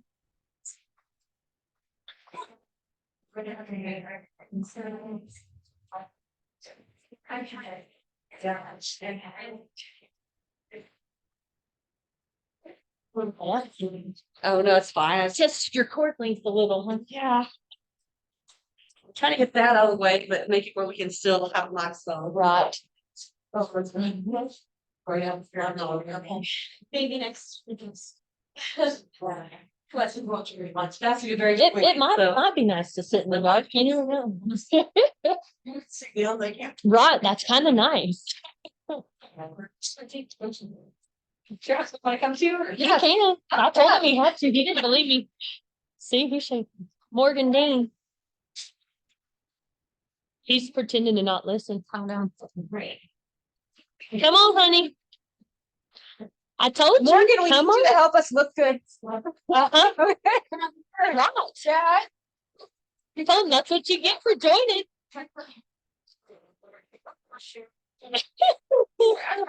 Oh. We were recording. Told you. You didn't make her sit with us, Morgan. He didn't want you to get no one to sit for life. Should Oh, no, you're good. Alright. We have our official beauty trainers panels from here. Yep. Or the panhandle, and up to that, y'all can introduce yourselves and tell a little bit about your operations. And then we may ask questions too, but I really want y'all to ask questions of their operations and try to find out more about them. Okay. Morgan, we'll start with the ladies first. Morgan, start with Yeah, you. you're the only one supposed to be a tag runner. I'm Morgan Crabtree, the husband of Whitney. And we farm and ranch and do custom farming. Also involved in the Sherman County Farm Bureau. And we've got 3 kids. That's enough to keep us busy alone. Yeah. Yeah, I'm here. he's a good, follow the lead tonight. Yes, ma'am. Yeah, we've been, we actually started off custom harvesting for ourselves in, what was that, 2010, because the family farm wasn't ready for us to move back and earn income from that. So we've been custom harvesting, and then slowly in the last few years transitioned back to being home, taking on farming and ranching, and now doing some custom farming. So. I'm Laura Taylor. I said that earlier. We farm mostly forages now, some hay, corn, wheat. We've done watermelons. We have almost 1,000 head of sheep. So I don't know, we've done a lot of stuff. And I grew up in the Midwest and raised hogs, and my grandparents had a dairy, and then we had, crops. So. And that's a very unique operation for our area because we don't see sheep up there at all. So my name's Carol Martin. We've been commercial ranchers up in the Panhandle for over 30 years. We recently, within the last, probably 10 years, started a registered Angus cow herd. And we mostly our operation consists of raising bulls to sell to producers on a commercial level. And that's mainly what we do. We farm a little bit, not much. We're just not really into that side of it. So we have 2 kids. I have a sophomore at Oklahoma State, and my daughter Taylor. And then I have I'm getting it mixed up. I have a senior at Stratford High School. Her name's Tatum.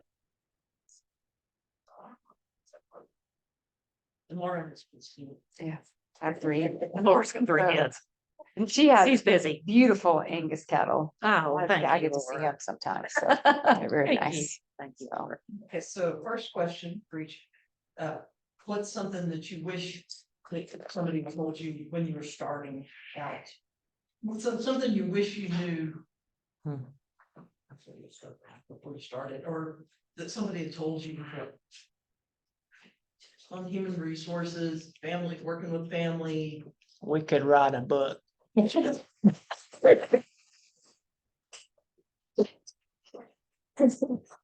scale it down here. Especially as the family has been there as long as we have, like 100 years. So. Yeah. Yeah. 4th generation. Yeah. I think for us, we were very young. I don't know if there was a lot of business knowledge passed on per se from family. And so I think a little more, even something like this would have been great to come to get some resources on introduction to QuickBooks, how to sit all that down, what to think forward. Because that was a learning process at first.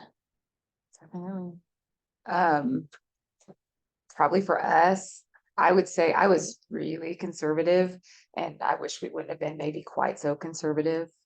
I think we would have been better off, but then again, maybe not, you never know. So, but I'm old, so I grew up in the 80s, and there's no dairies where I live now. Where my parents lived, like there were 10 within a 10-mile radius of my house, and there's none. So I saw lots of people go under when I was very young, actually. And some of them were my family members. I won't lie, everyone in my family on both sides farmed. So that's 10 aunt and uncles, on each side, because both of my parents have siblings, 5. And so I was really conservative. Like I wouldn't do one thing without paying off something else first. And I don't know. And sometimes I think that can hurt you being too conservative. So I kind of agree with Laura on that. If we would have done things a little bit different when we were younger, I think that it would have been easier for us now. So, there's a lot of young ladies in this room and men, I would just say, don't be afraid to go look for a loan, go try to find a farm loan, go look for that government money, go talk to your bank. Go buy, land doesn't come up very often. If you're able to get hold of a piece of land, you can probably do something with it. You can produce something off of it. So if you find an opportunity, find a way to make it work. Go to family, go to friends, go to the bank, whatever, but start when you're young so that when you get older, you can continue to build to that and make it work. So, and we were raised to that generation where you just didn't, you were just pretty conservative with anything that you did, not like the way things go today. You see people go out here and boy, they've got, they're building a new house. They've got 2 or 3 new vehicles.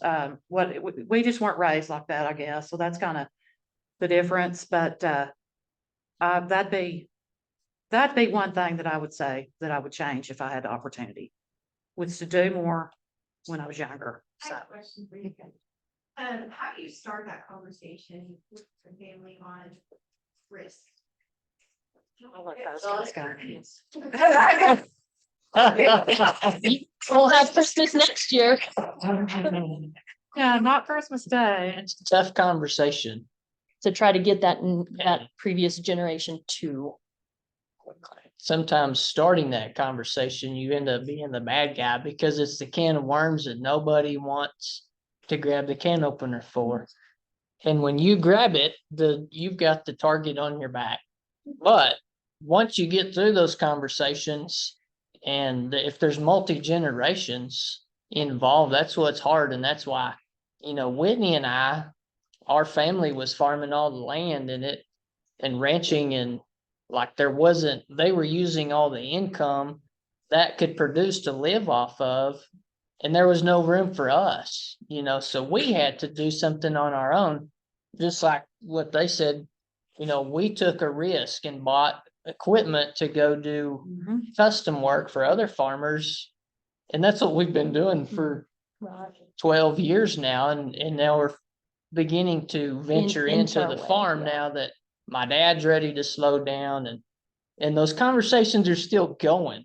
But I almost think it's like a prove the process. So we did what we could within our realm of reach and proved that those risks work. And then they start to see, okay, maybe it's not as hard to change this a little bit because they saw it play out. Yeah, exactly. Or just working together. Like now, we can use our equipment to help my dad when he's shorthanded or something, because he doesn't have an employee now. And so, that's what I was going to say too, starting out, you can find other small producers like you that say, these people are very well at this, and that could benefit me. And what can I offer to them where we can work together, build your and community, share resources, share equipment, share land, share, help each other, things like that. A lot of the respect for you guys that did that, because I think in the long run, when it comes time for succession planning, you're going to be better operators and better managers than if I gave you the silver spoon and you stuck it in your ass and you Sure. couldn't get it out. well, and we've seen that play out, honestly, sometimes with our age. Yeah. Mhm. Yeah, So, it's ready to be put in there No. on those ones. oh yeah, happens oftentimes. As somebody that's going to that next generation, we want you to be successful. We Sure. don't want you to be set up for failure, Right. but giving you that silver spoon, Mhm. sometimes you think you're entitled to it when you probably shouldn't be. Mhm. Right, so we wanted to raise our kids to know that, they've seen the hard work we've put in, and they know what that's, looks like, and they're not gonna come anywhere near the ranch or the farm. So, but anyway, I appreciate what you say. Yeah, that's, One workshop I went to said when mom and dad are ready to start stepping back, you look at the kid who came and maybe invested not only money, but blood, sweat and tears on site labor, and the other say, lived in Dallas and followed their career path. But when it came time for succession planning, what was the fair way? Because really the one who came home, put more investment in. Absolutely. Right. So one suggestion was to take out a life insurance policy for Mr. and Miss Dallas. And the on-site kid that came home got the land, and that can be certainly tricky. You know, there might be oil and gas royalties or stuff. Sure. that could divide between the kids, but the one who comes home and works the land, does someone who didn't deserve the equality of it? Well, they have that passion to stay there and to come back and do that. And it's not for everybody. I mean, everybody knows the work that goes in. It's hard having you divide that. up. Exactly. Easy way out, by the interest. You know, Exactly. ownership styles and. You've got to do kind of what you said, plan ahead for, life insurance or some other type of, monetary compensation. Because if they don't care anything about the land, there's not any sense of giving it, to them. Yeah, I worked with an ag lawyer here in 2 weeks, and I didn't do any additional speakers, because once y'all get a free lawyer in front of you. Yeah. That's gonna take up 2 hours. Yeah, That's because there are some messy things about it. Then take some back. No, it's gonna be Tiffany, so, Oh, it sounds great. yeah, Lynn's real good, so. I'm trying to get mostly women speakers, but we'll have the token male every time, so, Get what you get. That's a good one. Get what you pay for.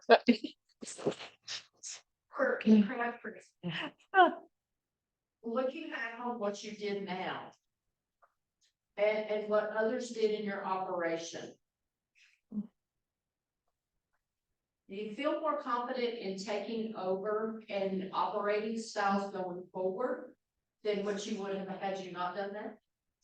Definitely. Sweat equity. We've gained so much knowledge through just building it ourselves. A lot of what we did, and back to Jill's question a little bit, I wish maybe we had more of a mentor in us building our own thing, of like maybe some guidance saying, hey, y'all are doing this, let me help you make those connections, or let me help you make those other steps, and that would have helped greatly. But since it was our decision to go off and do that separately, we had to learn and fall on our face time and time again and get back up and go through those trials ourselves. And through that process, it's like, wow. Yeah, we've and changed now- immensely through that process. And seeing the way my dad and my granddad have done things throughout the years, just because that's the way it's always been done. Now working with my dad in certain aspects on the farm, I can see different ways. And as times change, as commodity prices change, and as the cattle markets change, now we've got silage markets and we've got all these other things. Instead of just growing a grain crop on every acre, now I see there's a whole bunch of different ways we can use this land with our diminished water to raise livestock, hay, forage, and grain crops. And make it all work in And- unison. So I don't know if that answers your question or not, but For that, what took you, what brought you to raise sheep? Well, we see the water going down. We're right next to a very large potato farmer, not the one that's here. And like the last time we went in for a permit, they had permits for 600. We had a permit for 1. We saw our water going down, and you're gonna become, and we have more water than lots of you people down south, so I'm sorry, so I shouldn't complain at all. But we just see the writing on the wall, so we knew that we needed to probably turn back to a grazing situation. We have some very good friends from South Africa, and they were the ones that are like, this is like the perfect place to raise sheep. Most of our neighbors do cattle, and they do great with their cattle. But it is the perfect place for sheep, and we can have almost 8 or 9 sheep per 1 cattle, or 10. We do a lot of cover crops to help with our health, like our soil health, especially with all the silages that we do. Silage is very hard on your ground because you're taking so many nutrients off because you're cutting so short. So it's also a way to kind of use our cover crops, use our corners. Those corners are a lot of unutilized ground. I don't know, I haven't ever really been around a lot of cattle except for dairy cattle and then sheep. And I always thought dairy cattle weren't too bad, but I can't say I love them, but they're not terribly hard to move. I moved 762 ewes yesterday and it only took us about 2.5 hours to go about 2.5 miles. That's the farthest we've ever moved them from one side of the farm to the other side of the farm because we were putting them on some teff. It's a hay that we grow that takes hardly any water too, that they graze. And they're about, they're about a month and a half from having babies. So we needed to get them closer and on some better feed because we did just have them on some corners that, it's been so dry. It's probably not the healthiest. We need to get them on some more protein. And we do, we're like GAP certified. So we can, we were selling everything to Goldway. They're kind of going a different route, but we're still doing that. So we're still trying to stay grass fed. We don't dock, we don't castrate. We don't vaccinate unless we absolutely have to.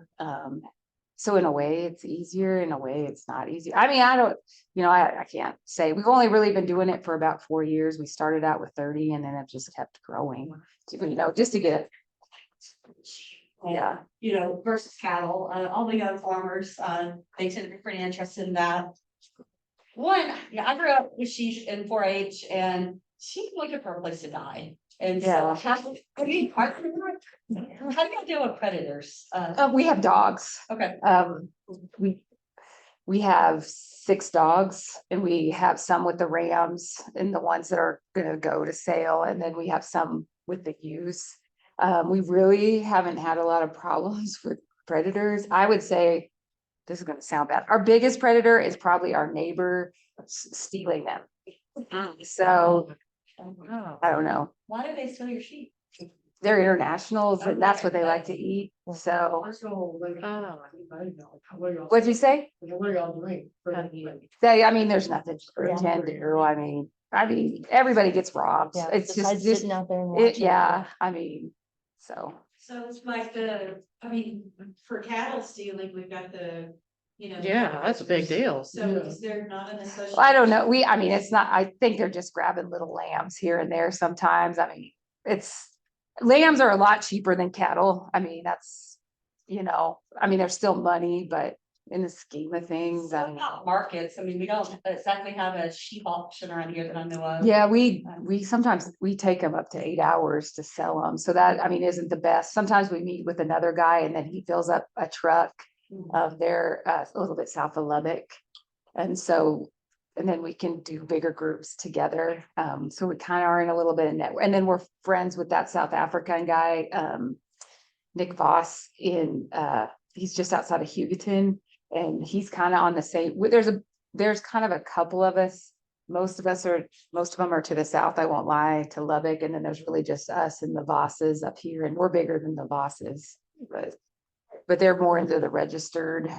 There's the wool growers out of New Mexico. Well, we do hair sheep.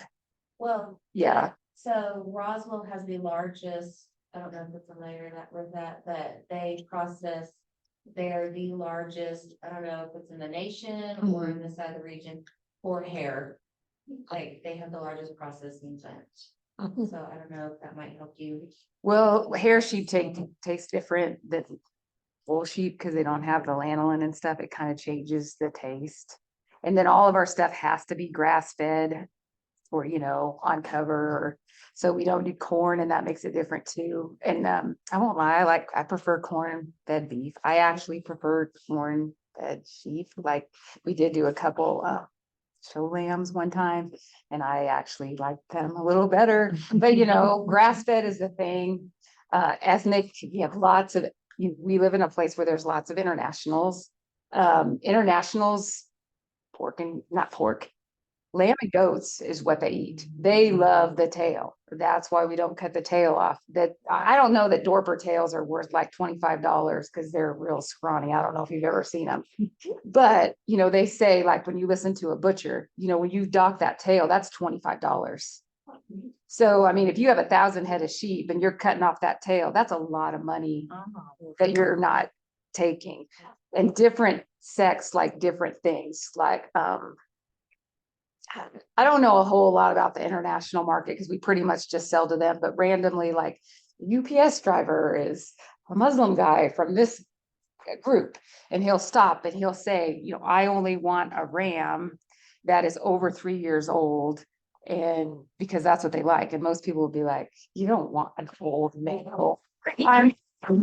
Yeah, but that's what they want. And then, of course, they want to kill it themselves and they want to bleed it themselves. And I'll be honest, we pretty much try to just deal with it's lots of you probably grow hay or something. Do you really want to sell one bale at a time or 3 bales at a it's a huge hassle. I mean, maybe if you're our friend, like our neighbors have a bunch of South Africans and they'll, you know, they're our neighbors. So of course, you know, we'll do a deal with them or something, but we try to really stay away from the small markets just because it's, even if you can make more money, it's sometimes you gotta weigh out the headache. I guess.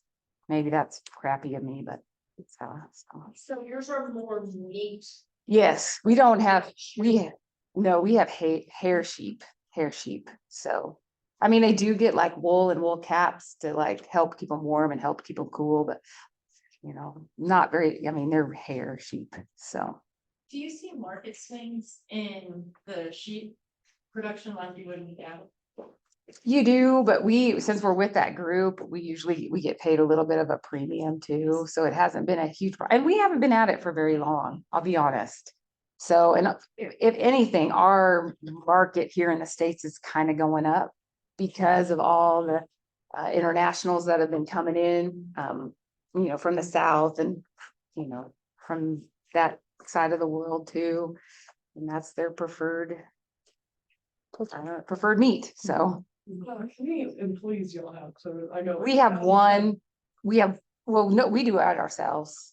We just do it ourselves. My husband and I, and my kids, when they come home from college, might help us, but we just have my one son now and he helped, the 3 of us moved those sheep yesterday. So, yeah. So. What about the shearing? We don't shear, Oh, but we have hair. with the hair.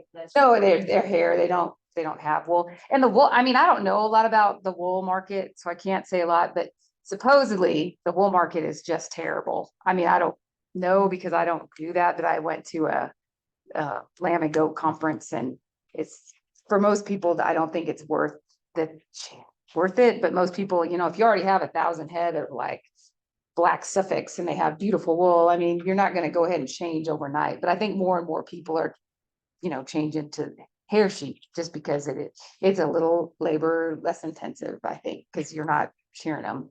We do, you know, we don't have a lot of rocks and stuff. So we, you know, like twice a year trim their hooves, like our ewes and our rams. And so, I mean, that's one thing we do.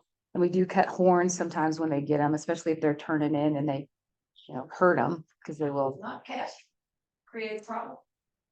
We sell them usually, you know, we try to sell them between 180 pounds, like 100 pounds and 80 pounds. So they're not really big. I'm like our rams, well, yeah, I mean, it makes them maybe a little, our rams are a lot harder to move than our ewes, even though there's a lot less of them. They're young male sheep. So. They eat those parts and then. Yeah, and they do. They eat It's yeah. a marketable. I mean, when you grow up really poor, like most internationals do that come to the States, you eat everything. I mean, even when I was young, like, we ate everything. You wouldn't, I mean, because we butchered a lot of our own stuff. So I probably eat things that most other people wouldn't. But So. not castrating them makes them the highest gap level, right? Yeah, we couldn't do it. We wouldn't be allowed to be with them if we started castrating and docking, or if they saw that we were vaccinating them all the time, because they'll see the scars. They said, I don't know this, but they said they can tell the color change in the meat if we started to feed them a lot of grain. And I'm not saying none of our sheep have never gotten into our cornfield, because actually these ewes that we just moved, I know that they were getting out because we needed to move them and we just I'd been gone a bunch. So it was hard to move them when there wasn't an extra body.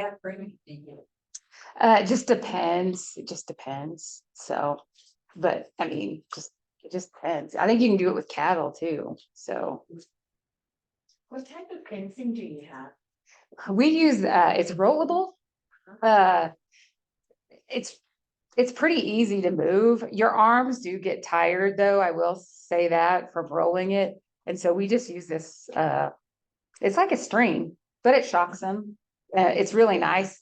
We move it around, and then the posts are metal, and then they have little plastic hooks on them, and we just not move them all the time, but we move them a lot. I will say that. But we try to put them on circles and stuff. And then, like I said, we have them do our covers, and we can keep them. Like the spring, we were able to keep them on one field for a long time because we just kept getting timely rains. So About how many acres do you have them grazing at a time, at a time? I don't know, even those even almost always, even our circles, which are about 120 acres, we'll do them in half. So, about 60 acres at a time. So some of our corners are smaller, like our rams, there's not as many as that of them. There's like 150 or something, 160. They're on a smaller corner of probably 20 acres right now. And so do you haul water to them? When we have to, like that corner where the rams are, they haul water. Right now, the ewes that we just moved over by the TEF, there's a little pink house there. And so we just hooked it up to the hydrant and then put them on automatic waters. And then sometimes we put them in the middle of the circles. We just put them on a hose and an automatic water. And then in the winter, we could just put it in trailers and haul it to different places if we don't have water there. We have a few hydrants in different places on the farm, so we've been able to do that so far. We'll see if we'll be able to keep doing that because our numbers have really gone up, sheep multiply. So. In a hurry. So, How many babies can you have in here? we can have you can have more than one set a year, but most of ours are kind of on a yearly thing because it gets kind of hard on their little bodies. So it's more often than, cattle, my two cattle people. And they can have more, they tend to have 2 or 3. Most of ours usually do have 2 or 1. Dorpers are kind of known not to have a lot of triplets, which is kind of nice. Because then you don't have as many banded babies. I won't lie, we did have a huge problem this spring with all the dirt storms. I don't know if cattle people had it, where we lost a lot of babies in dirt storms. I mean, I think it was because the moms just couldn't, they'd go off a little bit to go eat, and then we'd have that bad dirt storm and they couldn't smell or find the baby again. I don't know, did you have that problem? I always kind of wondered if other people had that problem. Along those lines, with this drought over the last 3 years, how did it affect you cattle guys? I mean, did y'all have to consolidate your herds? Are you trying to build it back now versus the sheep? We did, what was that, 2 years ago? So we've had, several years of drought, Yeah. coming out of 20 into 21, no rain or snow all winter, no grass from the summer before. Very high grain prices. Yeah. Right. So we ended up selling our whole herd. We didn't have any grass. Hay was so expensive, we couldn't afford to feed them all winter. So, and then cattle prices kind of dropped and we bought some more, and then, it's Just kind of playing the market and buying strategically and holding on. Same thing. I mean, we've had to rotate, find places that we haven't been in Mhm. many years. And, those places might be, you're not on them because they don't have water and you're having to haul water to it or something that's very labor intensive. So, but if you want to hold on to your animals, you're willing to do whatever. So we've had to do some of that. And then we had a friend, we lucked out and had a friend bought a ranch, up north of Dalhart, and they had quite a bit of rain. And so we were able to move several of our cows up there on our place. So are prices at the point now that they cover your cost of production? Prices are good, are definitely, best they've yeah, been in a they're the while. best they've been in a long time. So, I don't know, y'all probably have a lot more better numbers than I do, as far as production costs and things like that. I mean, Well, like this year we had grass, so we didn't have to buy a lot of hay this summer. Right. And so calves are, like our 550-pound calves are worth $1,500 or $1,600 all of a sudden. Right, which Yeah. is 2 more, years ago, more we than were what we got selling the them mamas for for. Half $500, that. Yeah, they were half that. or $700. And Yeah. so So it it's sure good now. helps. Yeah. But what we've been a little more cautious in is when, in these times that we go ahead and buy back, we've been real careful to make sure we have enough acreage to graze them on, so that if we do get another big old drought, we're not maxed on land area, so. How many acres per cow? do you think we need? Well, it's about 1 per 20. Yeah, One one cow head, for one- every one- 20 acres. One unit or one Yeah, pair. is 43 acres to the county. To the Goodness county, me. yeah. And where's that? Where our ranch is on the Vancouver, Kansas border, just down, we're just northwest of Delaware. Good golly. What about sheep? That's just talking, right? Well, we're kind of different because we have cover crops and I mean, I Irrigated can't, ground. yeah, and I have irrigated ground and so I'm just kind of in a different situation. Like last year when and even last year, our covers, like didn't come up and we didn't have the water to water them. But you can use sheep to graze vineyards and one of our neighbors has a vineyard. And so we actually had our sheep at the vineyard because it saves him money because it does the pruning and they eat the weeds out. So we were very fortunate last year where we maybe would have had an issue that we really didn't have an issue because we were able to take it to this pretty large vineyard and we just kept rotating them around the vineyard. And they actually offered to pay us to have them there, but we didn't accept it because it really, it helped us out. And like cattle, they couldn't do that, because cattle are but they told us too, like, if we came back again, they only wanted our littler ones because some of our bigger ewes and stuff are a little more aggressive and, yeah. So, I yeah. pruned a little bit more than I should have. Yeah. Man. Yeah. Do they plant grass? Do they graze? Yeah. I think Yeah. that is, people are saying you can make all this money and sure you can, but at some point, if I'm desperate, just like this year, they offered to pay us. We said no. We didn't need pay. So somebody else, if they're gonna give you $2 a sheep or $4 a sheep to graze it, I think $4 a sheep is what they're saying right now. At some point, well, they're gonna come in and say, well, I'll take 3. Well, and then Carol will come in and say, well, I'll take 2. Well, then Jill will come in and say, I'll take 1. Well, then Casey will come in desperate and she'll say, I won't take my sheep there for nothing because we need food. And so I think this market that everybody's talking about with these solar farms is not going to last very long. I don't know. That's just my opinion. I don't know that for Where sure. do you sit, where are the solar farms going in? In particular, there's, it's a secret? Are they in your area? It's a large one in Chile. Yeah. Yeah, there's a large one at Childress. Yeah. Probably 3,000 or 4,000 over one south of Louisa. Oh, okay. And I do have friends that are grazing, but they're taking them all over the place.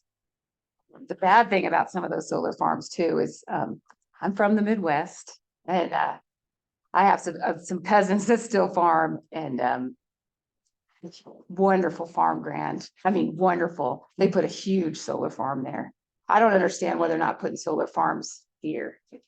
Yeah. The land. Instead of, Making carports and. Yeah. These high rises and. Yeah, there's other places you could put them instead of. but it's a carbon credit thing. It's kind of a game. I mean, I think it is. Because I'm from the Midwest too, there's lots of ethanol plants and I know they're talking about like me as a farmer, I could go in and say, I know you're getting an extra $2 on my every bushel I'm selling you because of the carbon credits, because you're turning it into ethanol.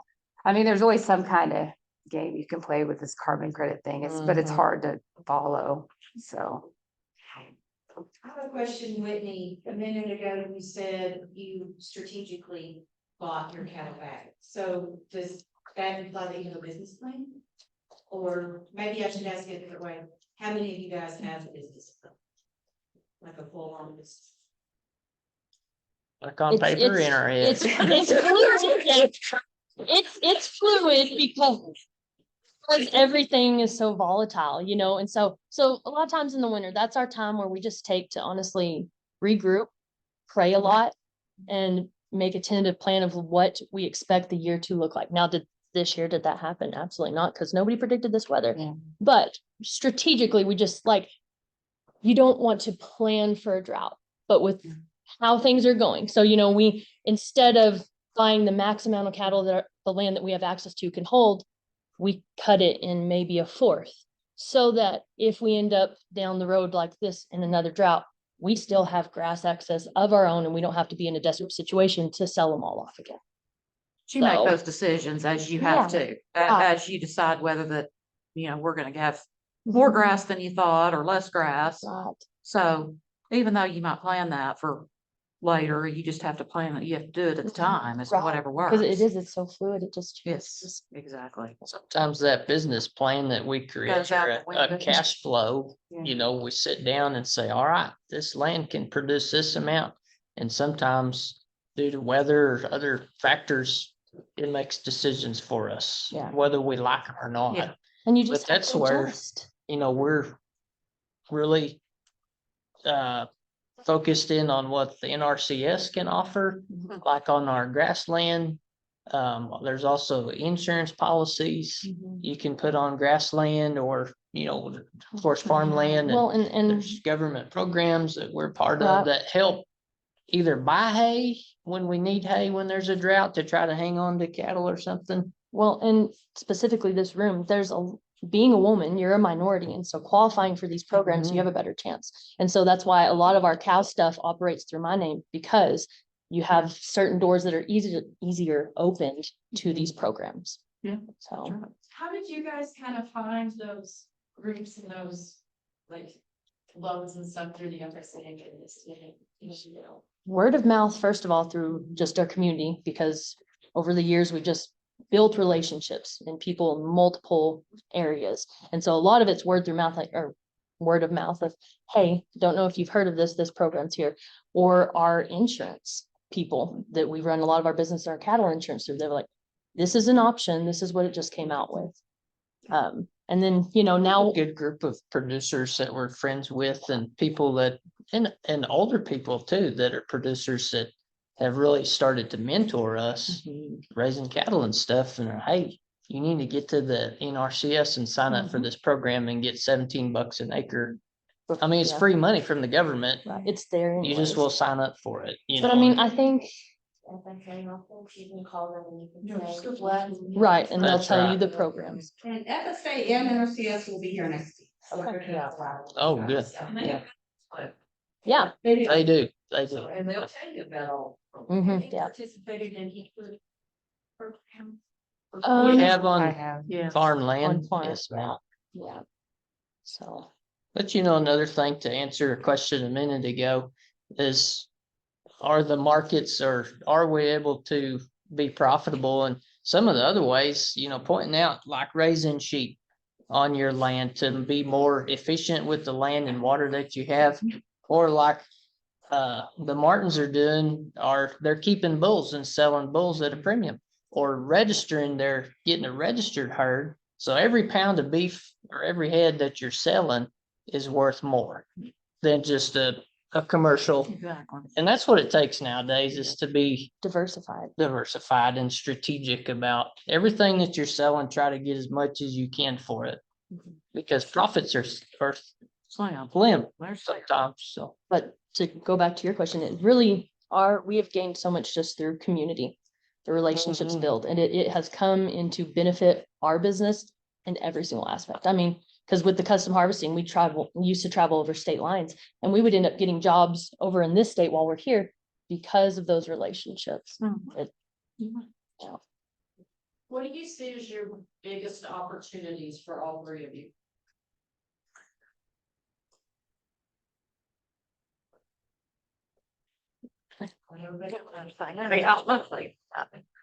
I think as far as the cattle goes, I think the opportunities that we're gonna see is we're taking the production of beef, not the production, but the slaughter of beef out of the hands of, the monopolies that have the processors that have monopolized that for so many years. And what that's doing is that's allowing those, we're gonna be able to be profitable because those numbers are gonna be our cattle are worth a lot more. Because there's other avenues. And a lot of people now, I don't know if you guys are doing it, but so many young people are. It's The direct it's to the consumer. direct to consumer beef sales. I'm sure you guys have purchased beef from an individual that have, just grown that and produced it themselves or processed it themselves.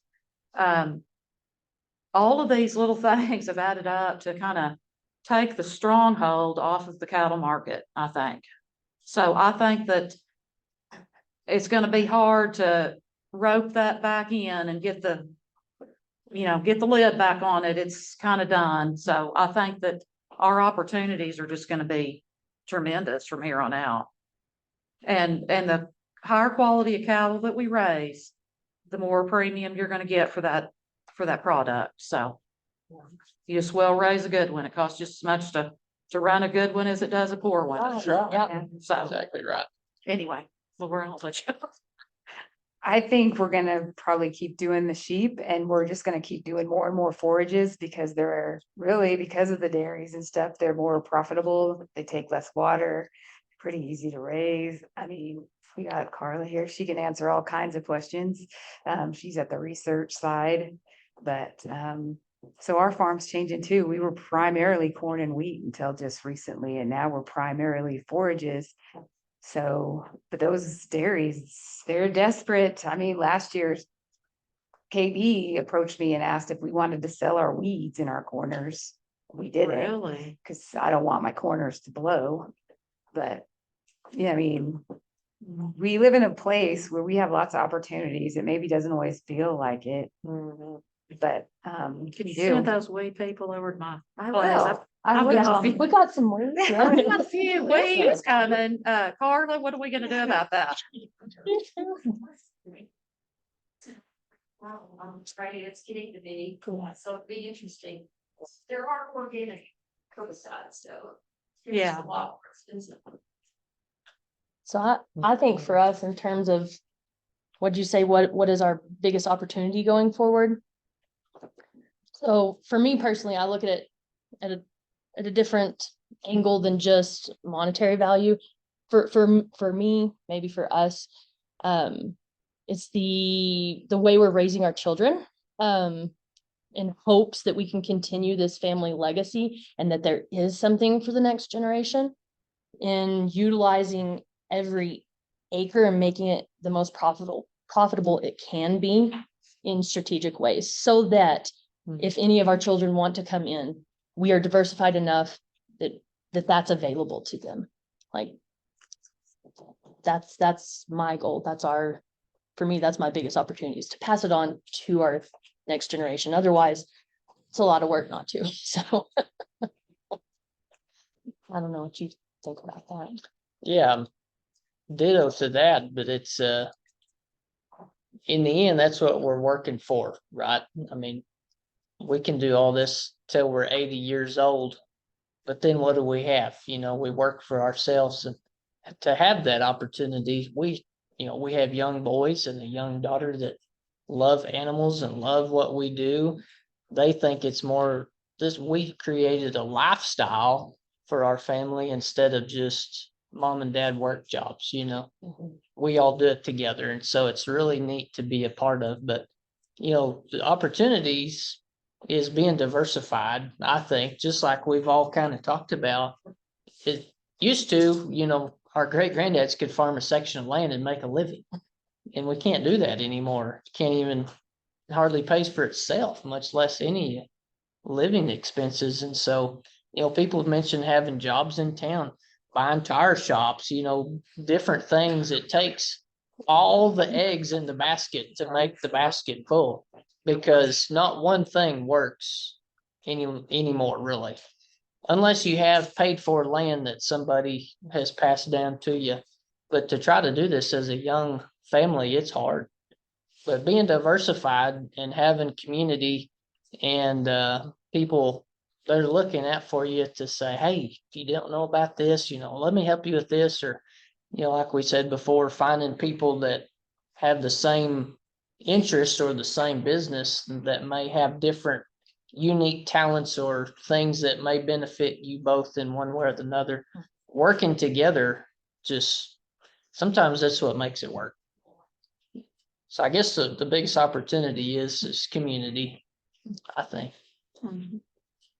Would you have taken that advice 12 years ago from your community had you not learned it on your own? I probably wouldn't have.